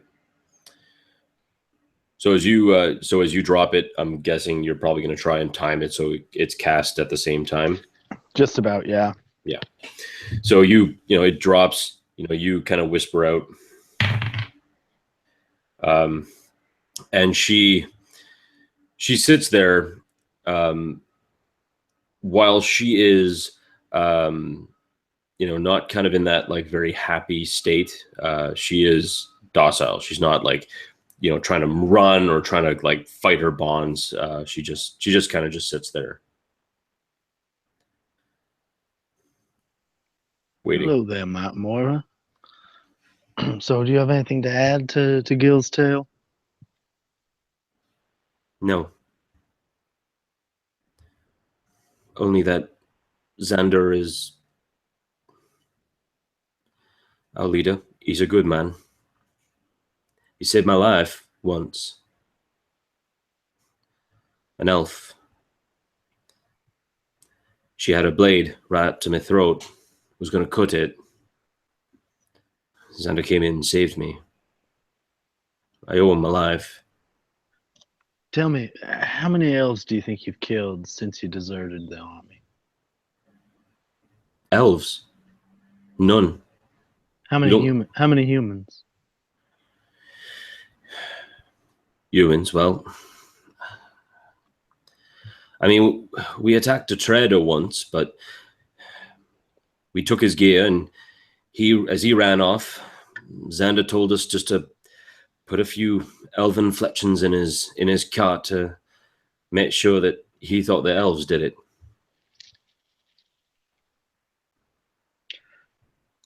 Have you killed anyone trying to impersonate while you're trying to impersonate these elves? Well, I mean, there was another trader, and he came with a group of sellswords. One of them decided he was tougher than 10 of us and tried to fight off. Seeing that his lust for coin was more shiny than his lust for life. So a few of us put him down. Other than that, no, nothing. Very well. Iskander, have you got any questions? I always forget the names. I'm terrible at this. Talrath, Thankmar, anything else to ask? Were you romantically involved with Xander? No. He's not my type.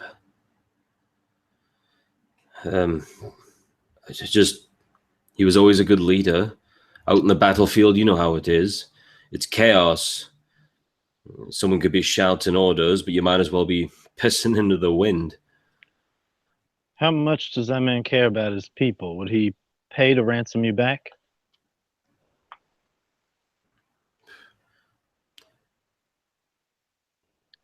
I don't think so. I mean, we have some money, but we don't have a lot.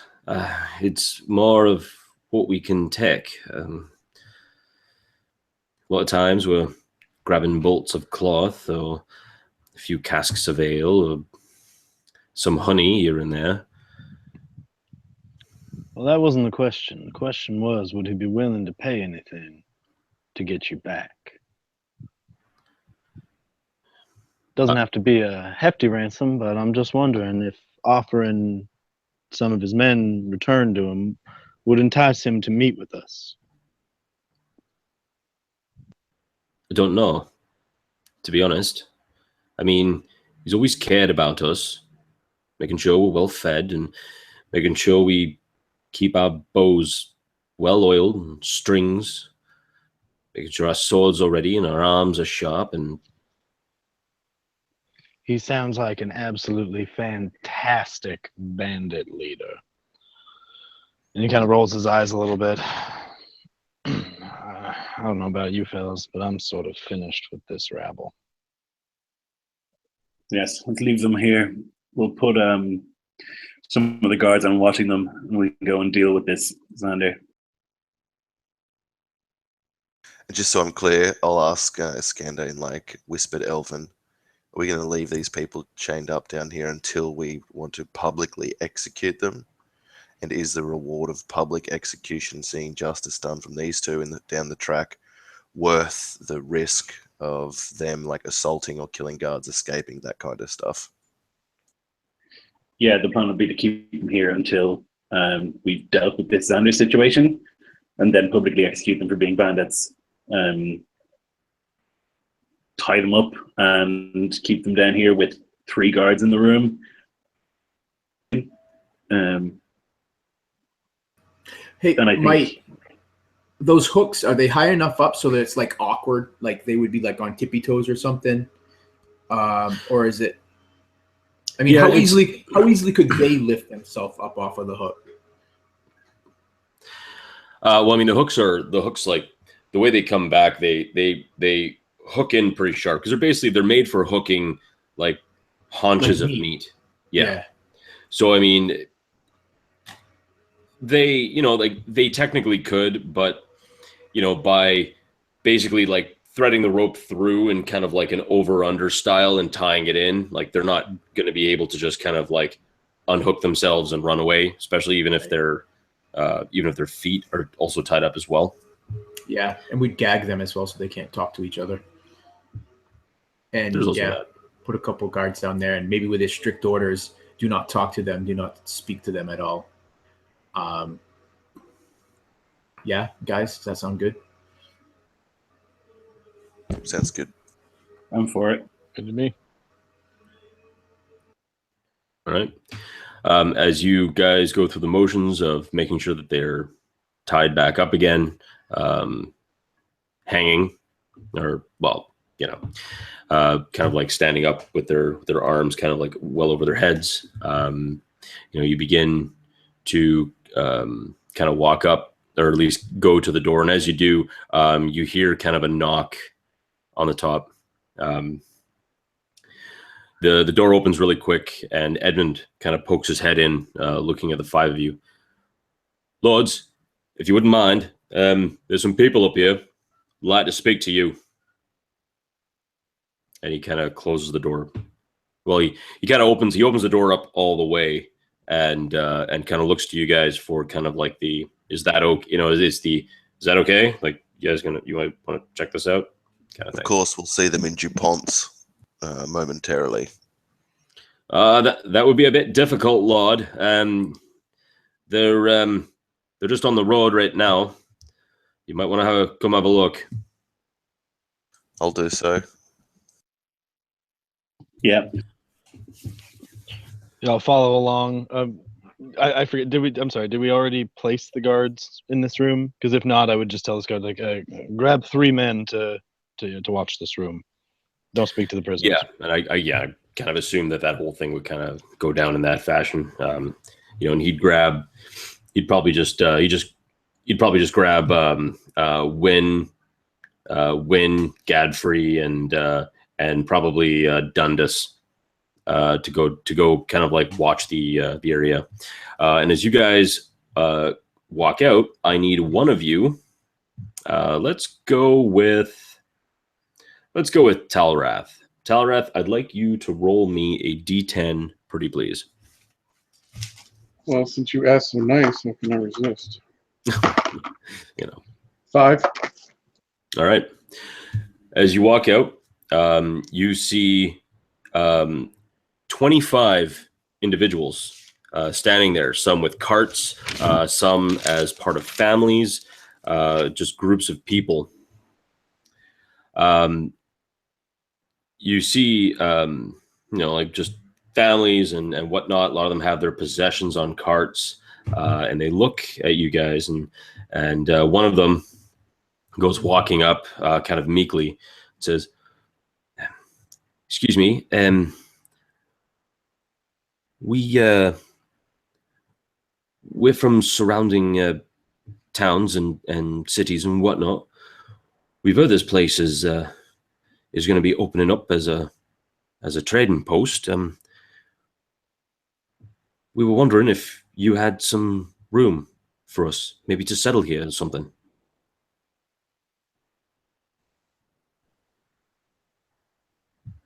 Welcome to Kingsgift, gentlemen. It's a pleasure to have you here. I do believe that we should be able to accommodate you. Oh, that would be wonderful. We just want a new place for our families and whatnot, and this place seems beautiful and it's close to everything, water and everything else. would it be all right if we settled here? How many families have you got? How many individual settlements are we looking to homesteads are we looking to build? So I'm out of character. 25 people. Let's say there's 8 households, or at least 8 homes. They regard you, and I will go. I guess in character he says, "Well, we brought some supplies with us, some lumber and whatnot. We can build our own homes if it's all right with you." And are any of you skilled workers? Iskander cuts across. And for that, Iskander, I want you to roll me 2d20. If you roll doubles, re-roll 1. Are you adding them together, or? Nope. Just roll me 2d20 and tell me both numbers. If they're both the same, then re-roll. Holy shit! I rolled 2 20s. Holy fuck! I mean, What a waste. Ah! What a fucking waste. Okay. Actually, so re-roll. no. This is what's going to happen now. Now you're going to roll 4d20. Oh Jesus! I know. And if you roll doubles, just keep rolling until you get 4 different numbers. A 19 and a 13. 13. A 10 and an 8. Sorry, a 13.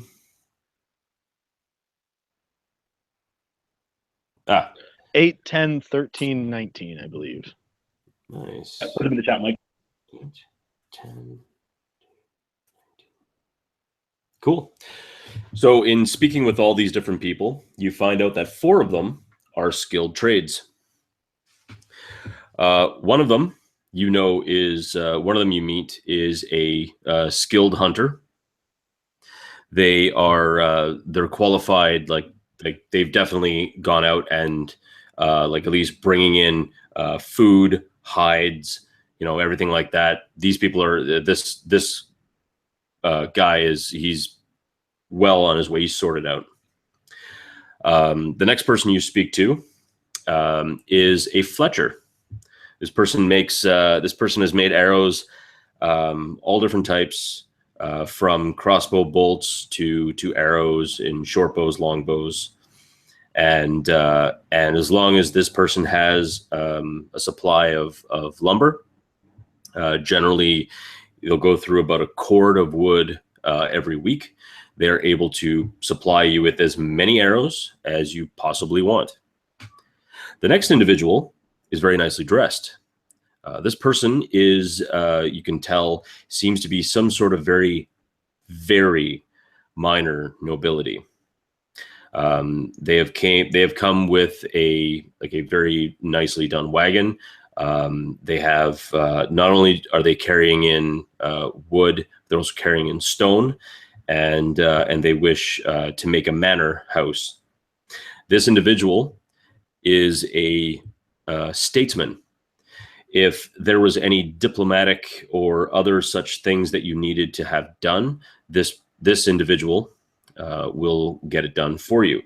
You can send them to towns or cities to treat with other nobles. Generally, these people will have just enough pull that they can speak to nobility, so you guys don't have to, especially since you can't just send a guardsman to talk to a count. That doesn't really work that way.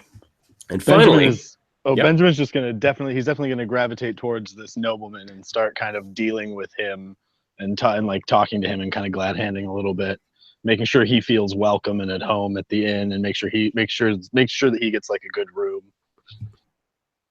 And the last individual you speak to, or at least see, he comes in with a cart pulled by a mule.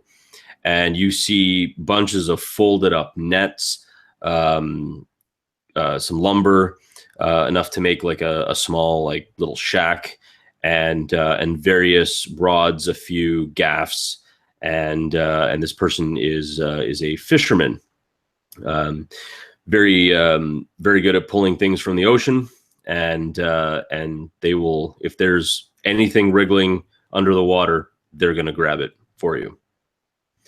So you have 25 people now in your settlement, in this very small settlement, and you have, again, going to say it again, a hunter, a fletcher, a statesman, and a fisherman.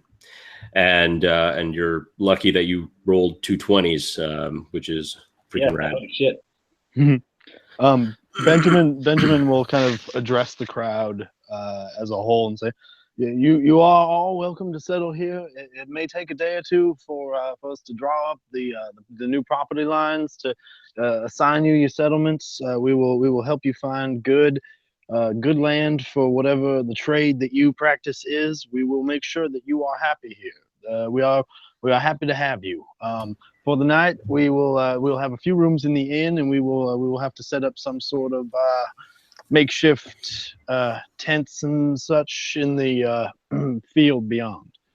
But we have a number of guards on duty, so you should be entirely safe here. We just like to welcome you again to Kingsgift."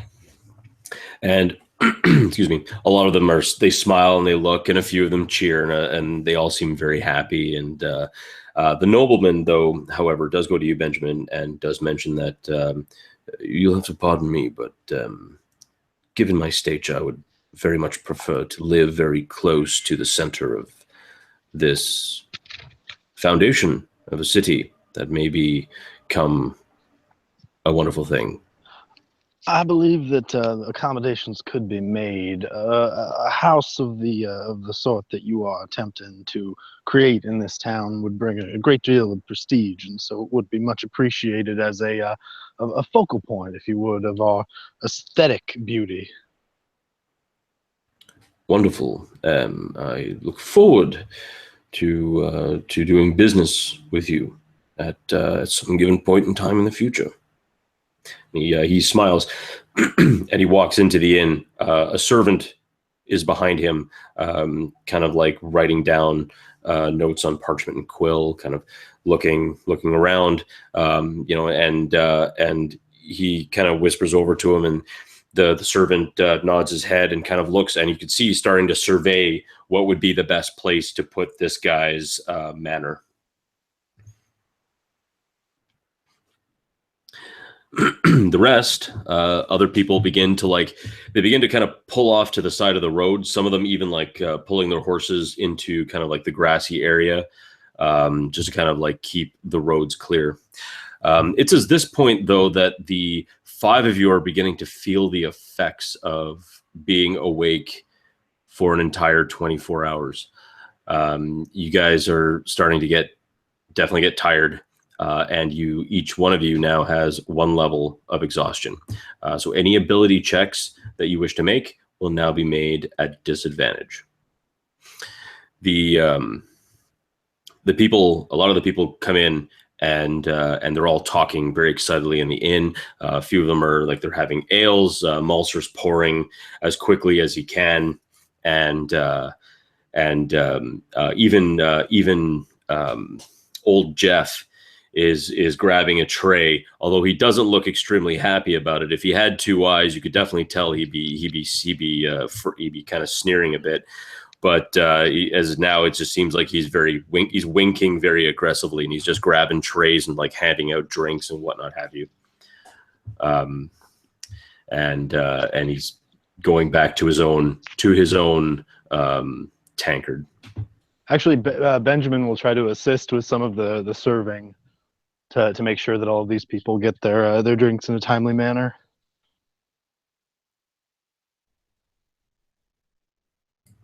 All right, then. So yeah, as you do it, again, you're starting to feel the weight. Like it's even just with a few tankards of ale, it's starting to feel heavy in your hands as you're taking it down to taking it over to other people and getting people libations and whatnot. A lot of people are talking very excitedly. Some people, and I will say this though, like just out of character. Now, as far as things go, and especially you, Thankmar, would definitely know this, that if an individual comes in to settle in a village or a town, whatnot, to be given whatever land they're generally given. And as far as a tithe, because I see some of you guys were talking about the about it in like institutionalizing a tithe. Generally, individuals will provide some of their goods, or they'll provide money, whichever you want. As far as money goes, generally for the land, like some people are even offering to pay you guys a flat out sum for like not massive acreage, but enough for like a home and a small garden. I think we discussed like a small flat charge to begin with, and then just like an ongoing tax, like monthly or something. I thought we said something along those lines. It's hard to maintain the precedent of that because sometimes people will come to settle in our lands without the means to pay, but we still want them anyway, so we don't want to disincentivize those who can't afford. So I'm more in favor of having tax rather than a lump sum. Also, better to have a goose that lays a golden egg than to just have a golden goose. Good. Plus, especially if they're tradespeople and can contribute to the town in that way. Yeah. Which is more important to us than gold at the moment. Yeah, people that can turn the soil and grow crops or raise beef or sheep or something like that, it's going to be really valuable, I think. Okay. So then, that being said, generally a single tradesman. So for example, a fisherman would probably bring you guys in a week about 2 barrels worth of fish, or at least of salted fish. As long as they have access to brine, which they do, they can do. They'll have a few. Like this fisherman will have a few barrels, but hopefully at some point you guys will need to get a cooper. You'll also need to like make sure that's sorted out, because then that cooper can turn around and like make salted get salted fish going. But it is at this point that Jonas has awoken. I know, Iskander, you have because he is on his way up to Forgemont. You do have a letter that you wanted to give him to see if you can give it to Baron Sundon. Yes, definitely. And as he takes it, he says, "Well, it looks like while I was asleep, this place turned into a settlement. Very impressive. Well done, all of you." No rest for the wicked, eh? Well, I will say I actually am rather impressed that I did manage to get a good night's sleep here. It's wonderful.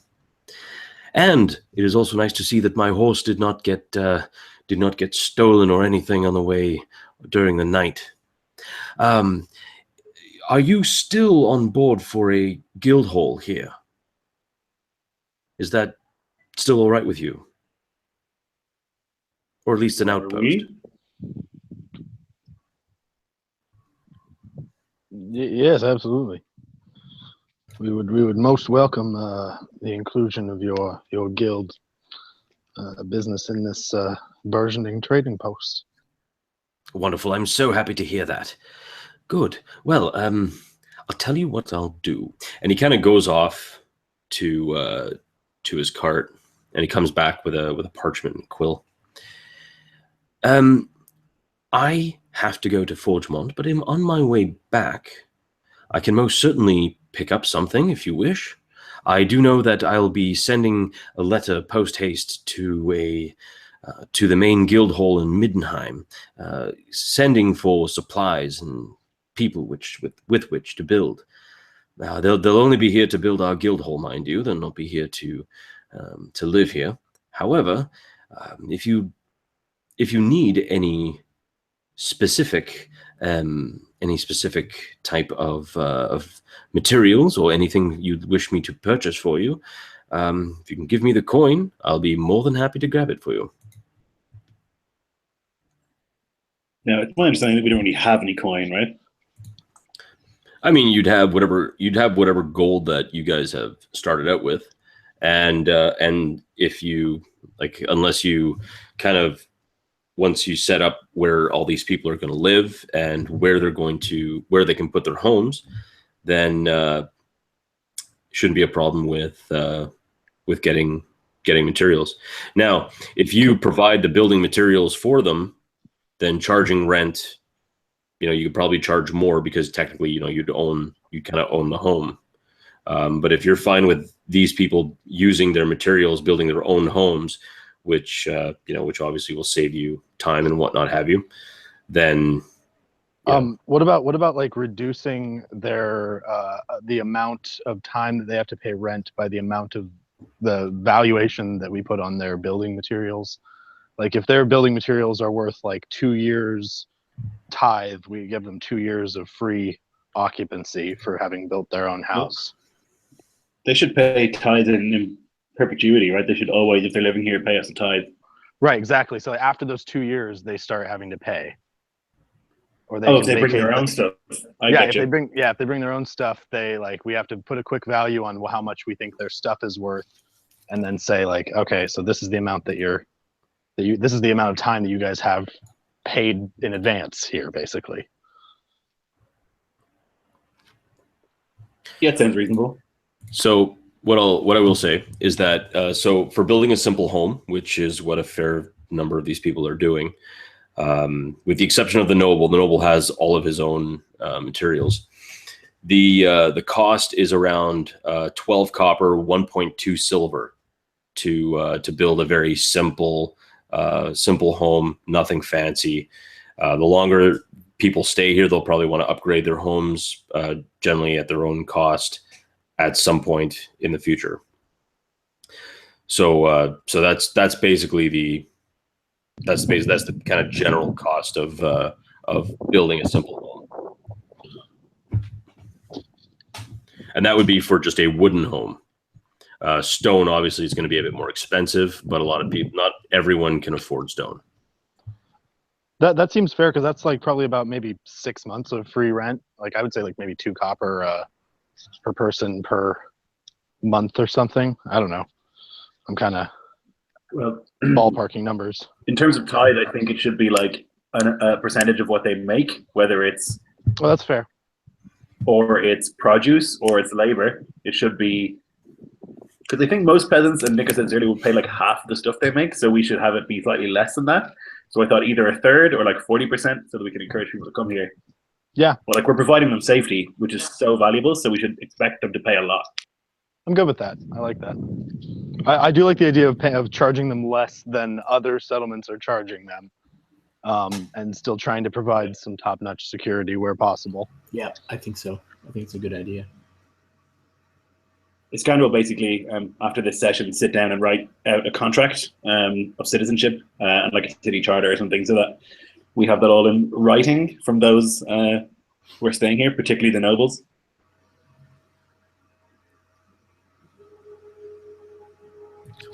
Yeah, and we should include some clauses especially for the nobles about like wealth that is brought in from other regions where tax is being levied on it, and that there's still like an amount of tax on bringing your goods in. Trade tariffs and stuff. Yep. Yeah, because this individual seems like he would probably also be a trader, not traitor. So he would, send probably send off and be a fairly rich merchantman himself. He's not like disgustingly wealthy, but he would be, he would do like his own control, like have his own wagons to go send them out, whatnot have you. And of course also, he would be wealthy enough that, he would have someone to go and do that for him. Or he would move goods to the guild, to the council of the just scale, to let them go off and do their own thing. I think the tithe will be basically, it'll be like a third gross of what you make, whether that's wealth or it's labor or it's like a third of that comes to us. and we'll have that across the board, I think. Fair enough. All right, sounds good. And again, whatever gold that you guys had made when you made your characters, whatever gold that you have, again, it could be your own money. Oh, right. Yeah. So do we have anything that we want to get from this guy to pick up for us? Also, I will say Benjamin is rather suspicious of him when he says, like, yeah, just give me your gold and I will come back with stuff. So is there is there some way that I can kind of just see if I believe him? We could write a contract. Well, you can make an insight check. You will do so with disadvantage because you guys are exhausted or considered exhausted. Okay. So let's see. First one is, ooh, that's not bad. All right, hold on. Let's see. And then the second one. Oh, hey, no, that's worse. Never mind. All right. Never mind. Well, what did you roll? 1. Yep. Yeah, you don't get much worse than that. He's the most honest man you've ever met. He doesn't seem like he's trying to pull a fast one over on you. And also, due to your knowledge, Benjamin, of the Council of the Just Scale, anyone who knowingly defrauds on an agreement or something like this, like orders to pick anything up, is not only met with expulsion from the guild, but they're basically expelled from trading in any way, shape, or form, and it dishonors the gods. So they may accidentally end up dead? Question mark. Cool. Yeah. Okay. Awesome. So that's from what you know. And so I think. Sorry, Mike. Go ahead. No. I'm done. I ramble.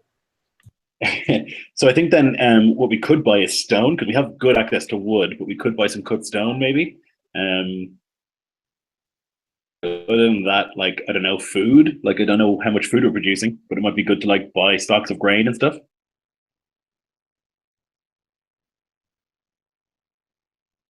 What do you guys think? Yeah, why not? So I'll tell you right now, since I've got the list on Trello. So currently, as far as food is concerned, or your current crops, you have 3 barley meal, or 3 sacks of barley meal, which is basically, that means you have 30 pounds of barley meal, and you have 2 basically like 2 large bushels of vegetables. And by vegetables, I mean just random, like some corn, some potatoes, some, like basic beets, basic stuff. I lump vegetable all together because we're not counting it down to the individual carrot. I mean, I like you guys, but you're killing me. As far as livestock, you don't have any livestock. You do have 5 war horses in your kind of group, and that's pretty much it. I've got 15 gold pieces. I have no gold. Like, could I buy some cattle or sheep for 15 gold pieces? Or I will tell you right now. So for 15 gold, you could buy 15 goats. You could buy 15. You could buy 3 sheep. You could buy 1 oxen. You could buy. I think 15 goats is a good deal. Yeah. You could also buy a crap ton of chickens. That's a good call. I mean, their chickens are 2 copper each. Pigs are 3 gold each. But cows are 10 gold each. So I mean, you could buy 1 cow. So let's get 2 pigs, a couple of goats, and then just whatever's left in chickens, and just like, because we can, actually, how much could I get a dog for the inn? Like a mastiff or something? Sure. Can't exactly remember how much mastiffs are. Let's go with. I mean, if you want like a good mastiff, you could go to the Kennel Masters in Forgemont and pick you one up for let's say 5 gold.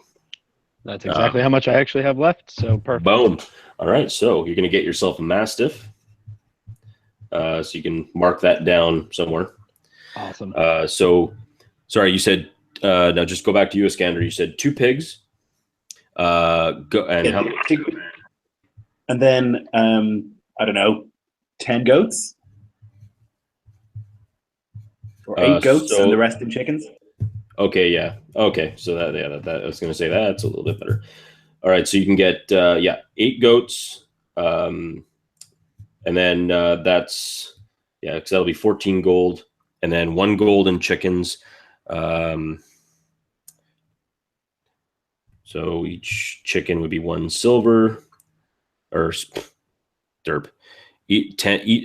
Every 10 chickens is 1 silver. Excuse me, every 5 chickens is 1 silver. There we go. Man, oh man. Chickens? Wow, we should get a lot of chickens. That's a lot of chickens. That's too many chickens. 5 chickens would be 5 chickens is 1 silver. So yeah, you'd have 50 chickens. Yeah, let's get 50. And then we can use some of Leopold's gold to buy like feed and shit for the animals, and get feed, enough food to feed the place. Yeah, as far as feed, I mean, it'll come with it. The feed will come with it. I'm not going to go with that level of detail. Can we put a provision in the contract that we write with the settlers that if we are providing the livestock, then they owe like 2/3 of the produce or something? So if so you're saying, because I feel like since we have so many, we're not going to be able to be taking care of these. We're going to have to delegate them to these new settlers. Right. We're going to like designate some of them farmers that have that are willing and have the skills. And I feel like we should probably, if we're providing the animals, we should probably be charging them more. Just a thought. Yep. Maybe 50. I'll put that in the contract. Yeah. All right. So for right now, your guys' main thing for right now is so you're getting 2 pigs, 8 goats, 50 chickens, and that's the 15 gold that you guys are going to spend. Well, that's my gold. I think we have more. So if anyone else wants to do something, I just had those 5 that I'm putting into the mastiff to protect whatever animals we keep and the inn. Yeah, I think I've got 10 gold, which I'm happy to throw into the coffers. Yeah, I do too. I have 10 gold, but I was looking to start working to establish like the security force. I don't know if we need weapons or if I can start getting the building supplies to build like the medieval version of the sheriff's office where we could have some cells and have the privacy for interrogations and whatnot. Well, luckily for you, I've already got all that stuff written down. So currently you guys have building supplies. You have 10 units of stone and 10 units of wood. If you wanted to build a jail, it would cost you 10 units of stone and 2 units of wood. The stone, obviously, for the foundation, the walls, because you don't really want to build something out of wood, especially when it's used to keep people in, because wood has a tendency of breaking. And I'm not going to worry about the steel for the bars or anything. That's just a little bit much, but you guys get the basic idea. So that's how much it would cost to build a jail. Do we have any like watchtowers and stuff established yet for like overall security of the town? No, you have none. We still don't have a builder, right? Like we don't have anyone that can construct it.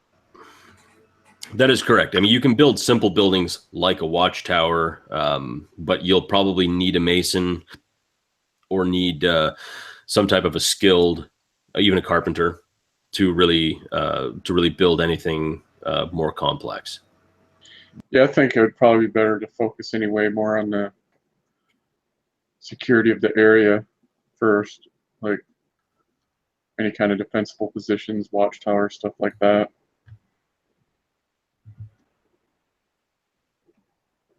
I don't know if anybody else thinks about it. Yeah, what do we spend like 10 gold on like getting that stuff underway, hiring people to go cut wood and stuff like that? and that kind of shit, so we can begin preparations like pile up wood, make a palisade, dig a ditch, all that sort of stuff, and spend the rest of the money on food, because I think we're going to need to feed the people, you know, at least until they get settled and stuff. Yeah, I would think that we'd want to use probably a lot of Brahms gold on buying foodstuffs. So, what time of year is it? It is mid-spring. Mid-spring. Okay, so we got some time before but we definitely want to start storing up for winter.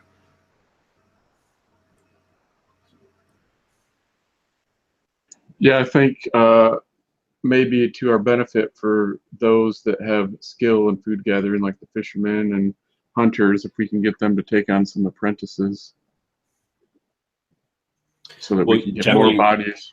Yeah, generally with skilled tradesmen, they generally prefer to, like, they'll teach their family, but not necessarily others.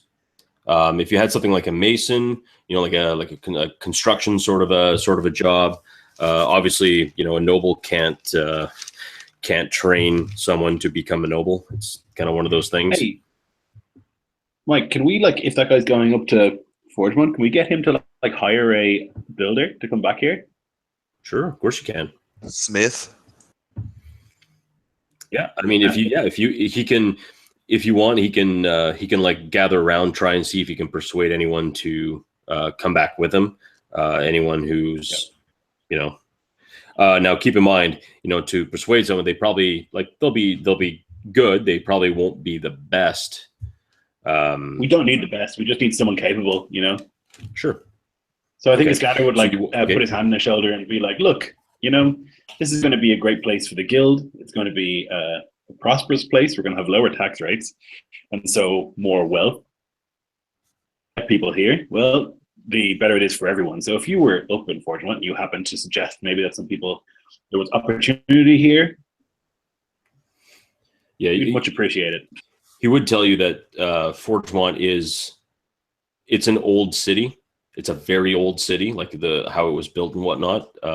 Even saying that so far as it was built by the dwarves as an outward fortress that just became a city, and the city has no room to move outward, as there's like the walls are, you know, there's stone walls. So I mean, there's lots of people living there, as it's also a very wealthy city, and it's not necessarily fit to bursting, but there's a lot of people there. So you wouldn't take him much to be able to find. So you said you want a blacksmith and a stonemason, like a builder. Yeah. So I mean, so you're looking at there's masons and then there's carpenters. So you've got like two people that basically work with that type of so either lumber or stone. Each one. All right. So mason and carpenter. And he will mention though that it would probably, like, to entice these people to come would probably cost you 1 gold each. Like if you were to bribe them, we're not bribe them per se, but to say, hey, you should really come. Like words are one thing, but to say, hey, if you're given this thing, you're given a new life, then, you know. Yeah, well, we could lure them maybe with incentives to say that they don't need to pay the tithe for the first year if they come here. Okay, 1 year free. What everyone else actually, that's actually a really good alternative.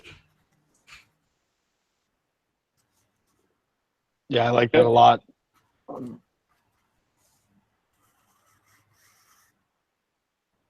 Sorry, say that again, Austin. Oh, I was just voicing enthusiasm for the idea of reduced rent for, you know, showing up, for trying to draw people that we want. Gotcha. So yeah, and even if he puts the word out to say that, like, we're looking for skilled laborers and skilled workers, and if those people are coming to our town, we can tell them that there are like vastly reduced rates in terms of tithes and rent that will put them up and stuff until they're established, and then once they're established, you know. Okay, so reduce taxes. All right. So yeah, he nods his head and smiles, and well, I think that's wonderful. I think that's a very wise decision on your part. Well, I'm on my way. Thank you again. And in a fortnight, we should have some people here from the guild to build a hole. And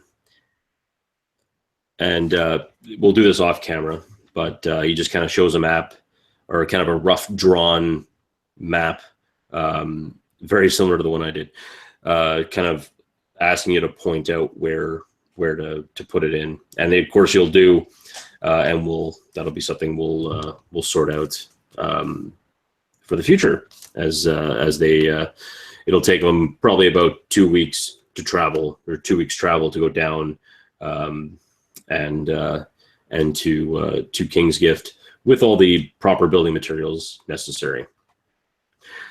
So he smiles, nods curtly, takes your 15 gold in which to buy food. And if memory serves me correctly, someone else was giving 10 gold. Was that you, Thankmar?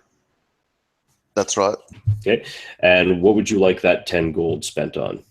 I leave it in Iskander's hands. Okay. He's the money man. Okay. We need feed for the animals, and we need like grains and stuff like that. If we haven't got that covered yet, then we definitely should. Yeah. So as far as flour. as far as feed, pigs generally will eat damn near anything you put in front of them.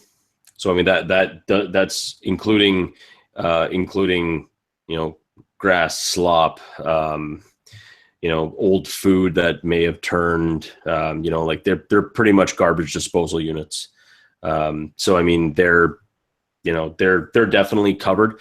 Chickens generally graze. Generally free range chickens will eat grass seed and other such bits as they go kind of wandering around and rocking and rolling and doing their thing.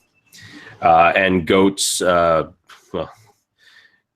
are goats. They'll eat grass and they'll keep your surrounding lands mown very nicely. So as far as feed, you guys don't have to worry about feed too much. If it was something, yep. So then I think grains and stuff like that would be important. Okay, so for grain, because you guys don't have a stone mill yet, to turn like flour and that into flour and barley into, or wheat and barley into flour and barley meal. So if you were to get either barley meal or wheat flour is 2 silver per bag. Each bag is 10 pounds. Barley meal, which is both tastier and far more filling, is 4 silver per sack. Each one is, these are all in 10-pound sacks. Yeah, I would think that that's really important, because if times are tough, as long as you can make bread, you can survive for a while. Yeah, I would say buy as much of that as will last to like feed the people that we have. Right.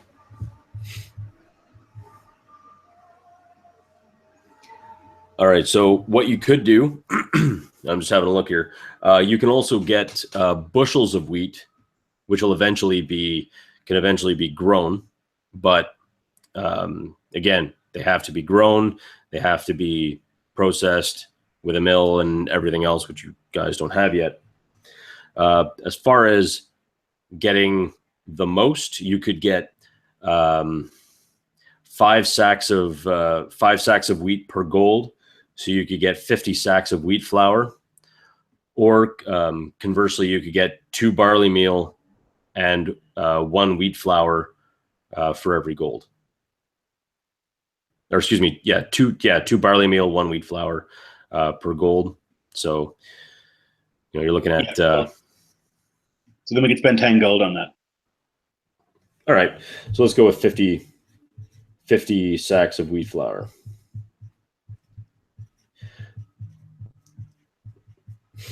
So for this amount, you guys have like tons. That's lots of food with the livestock and the other farming stuff. Food is definitely covered, but that is your 25 gold used up. Now, is there anything? Is there any other gold besides the Mastiff? I got that. But besides the Mastiff, is there any other gold and stuff to like anything you want to purchase as far as building materials or for weapons? I mean, all of your current guardsmen are armed with both arrow. They have enough arrows. They have swords. They have shields. They're basically both ranged and melee soldiers. So they're good to go for right now.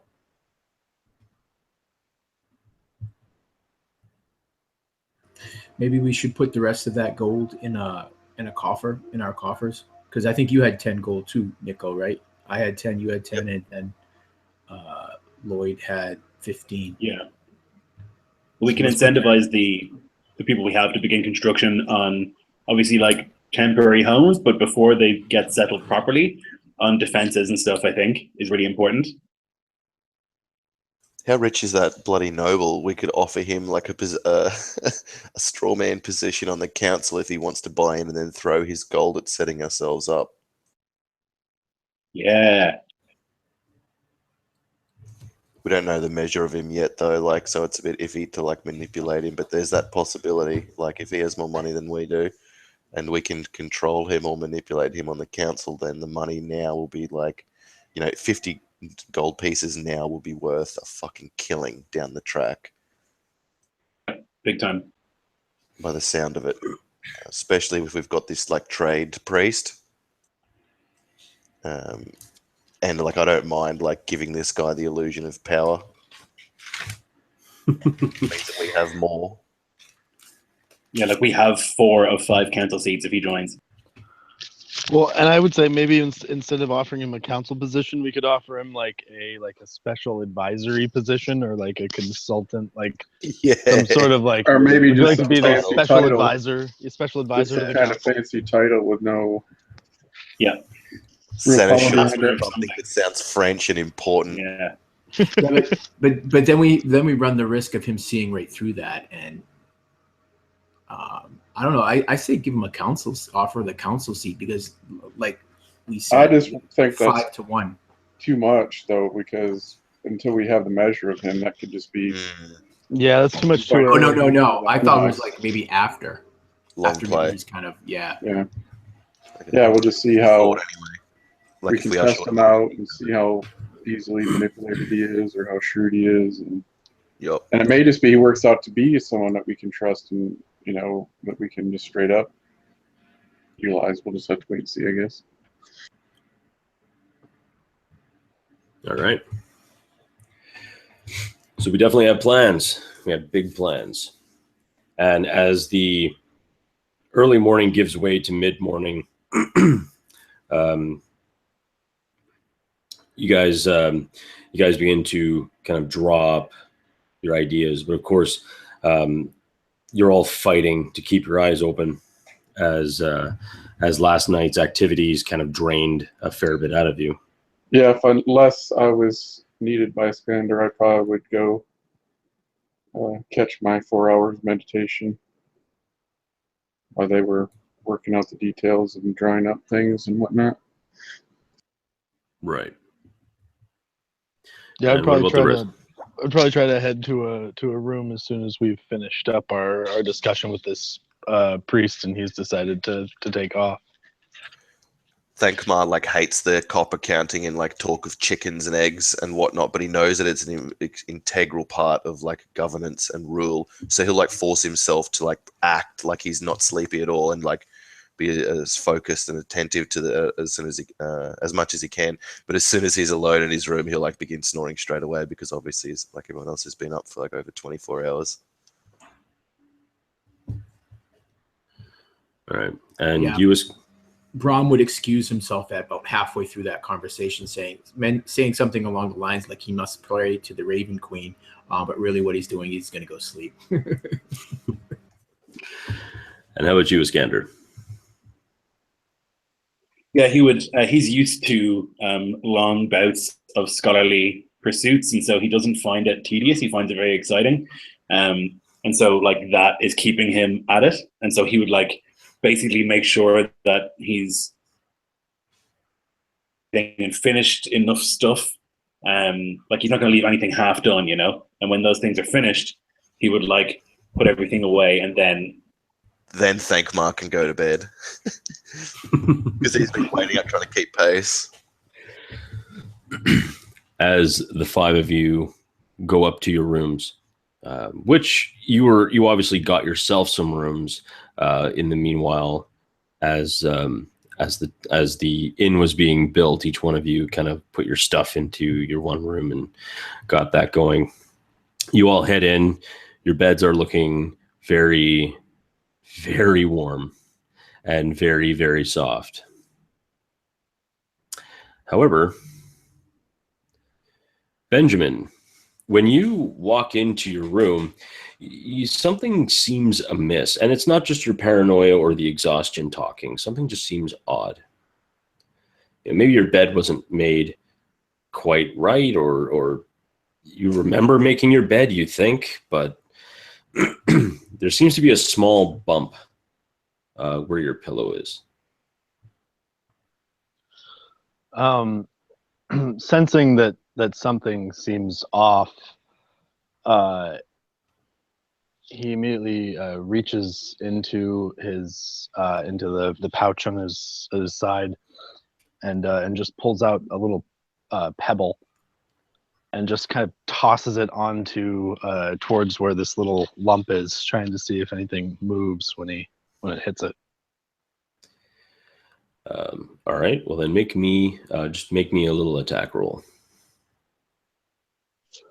All right. Oh, geez. Where's that app? There we go. Shake. Oof. 9. Wait. Yeah, 9. As it throws, it lands right beside this little unknown lump, and it's pretty much at your pillow. So I mean, it's not like terribly hard to throw, but it doesn't move. Nothing happens. He'll draw his rapier. He's especially paranoid from the weariness and the exhaustion, and he'll draw his rapier and try to flip the like the cover up from the corner with the edge of his blade. And as you kind of take it off, you see that it's a small pendant sitting on top of your pillow, very, put there very gently, and as you kind of like pull back the covers, a small gust of wind kind of lifts up a note, and you just see this little piece of like paper kind of just floating down and towards the bed, and yeah, that's what you see. I'll grab the piece of paper, still holding the rapier in my right hand, and try to reach out for the paper and see what it says. So as you open it up, you see in actually very, very beautifully written script. Whoever wrote it is an incredible, has incredible penmanship. The note says, "You have been noticed. We shall see what mark you leave in this world. Simply know that you are being watched." And as you look at the pendant, you see that it is a leather thong, and inside, at the end, is a symbol. It is a small wooden crook, and the wooden crook kind of like at the kind of hook around like of the crook. It's actually made out into be an eye, and inset into the eye is a book, like another such smaller, very delicate carving of a book. Would I recognize any of this symbology? Yes, you would. You know that the eye, especially with the book, like very delicately carved into the pupil of the eye, you know that this symbol is one of a group that is known as the Truth Finders. Many individuals find them to be, well, they're a very secretive group. And some folk, small folk, or at least those who the Truth Finders don't find interesting enough to cast their gaze on, they find them to be cursed. They're a secretive group who if they cast their gaze on you, you're considered unlucky or just you're in big trouble. Many nobles are even afraid of these people. They're considered spies, inquisitors. They search for the truth, the pure truth. Nothing covered up by flourishing history books or romanticizing bardic tales. They want the raw truth. So, despite the kind of scary associations that he may have with this, recognizing this actually kind of excites Benjamin a little bit. He's heard of this group, and he has some interest in what they do, mostly because he's drawn to that sort of power and that sort of access to knowledge, and he has the kind of that sort of interest in the pure, unfiltered truth, but not necessarily for the same ends, because he is the kind of person that enjoys twisting the truth to his own motivations. But he immediately he kind of like slips the pendant onto his sword. He doesn't really feel quite comfortable touching it yet. And as he holds it out in front of him, he sort of backs out of the room and looks to see if any of his companions are still in the hallway or if they've all entered their rooms. Well, as you back out into the hallway, you see another note that is kind of stuck with a small, very small, thin stiletto, and it's been placed on the wall, which it wasn't there when you walked in. And it just says, "Welcome." And that is where we're going to end the second session of the Foundation. I want to thank, as always, the incredible and beautiful role-playing of my 5 players. I am so thankful to have these guys play. Running this game for them. It's great. It's been... I get so excited for this campaign, and every session is just a blessing, and I'm just very happy to do it. But enough of me rambling, because I like to do that a lot. I'm going to leave it to my 5 players to give their outros. We'll start with you, Austin, and take it away. Well, nothing to plug as always, but I just wanted to say thanks for running another great game. I'm sad to see it end already. I can't wait for the next session. That was fantastic. I'm excited to see what happens. Yeah, I had a deadly time. It's super fun. Parker said in the chat, really interesting about figuring out the chickens, and I really enjoyed that. Trying to figure out how to fix the town and how to make it work. Problem solving than I'm used to. Usually it's the best kill a man with a sword, or how to stare him down hard enough. But here it's how do I feed a village that has nothing in it? And I really enjoyed that.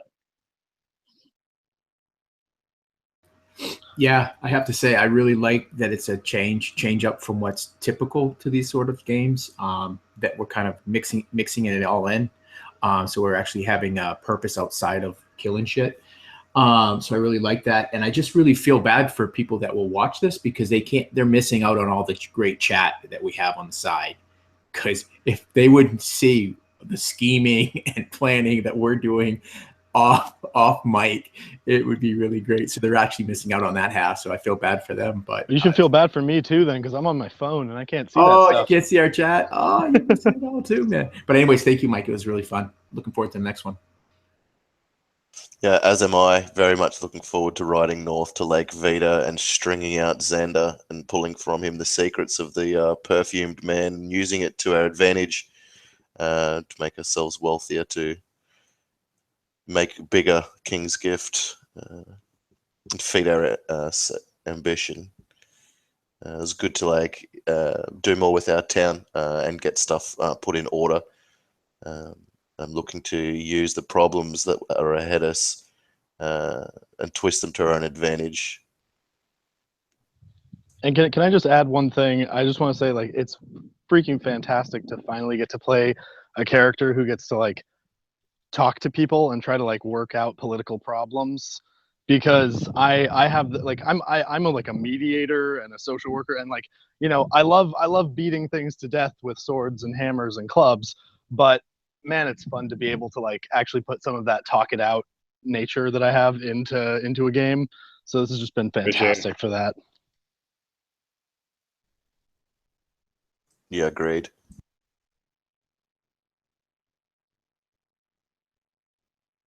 Yeah, I just want to, as always, say thanks to our GM and to my fellow players.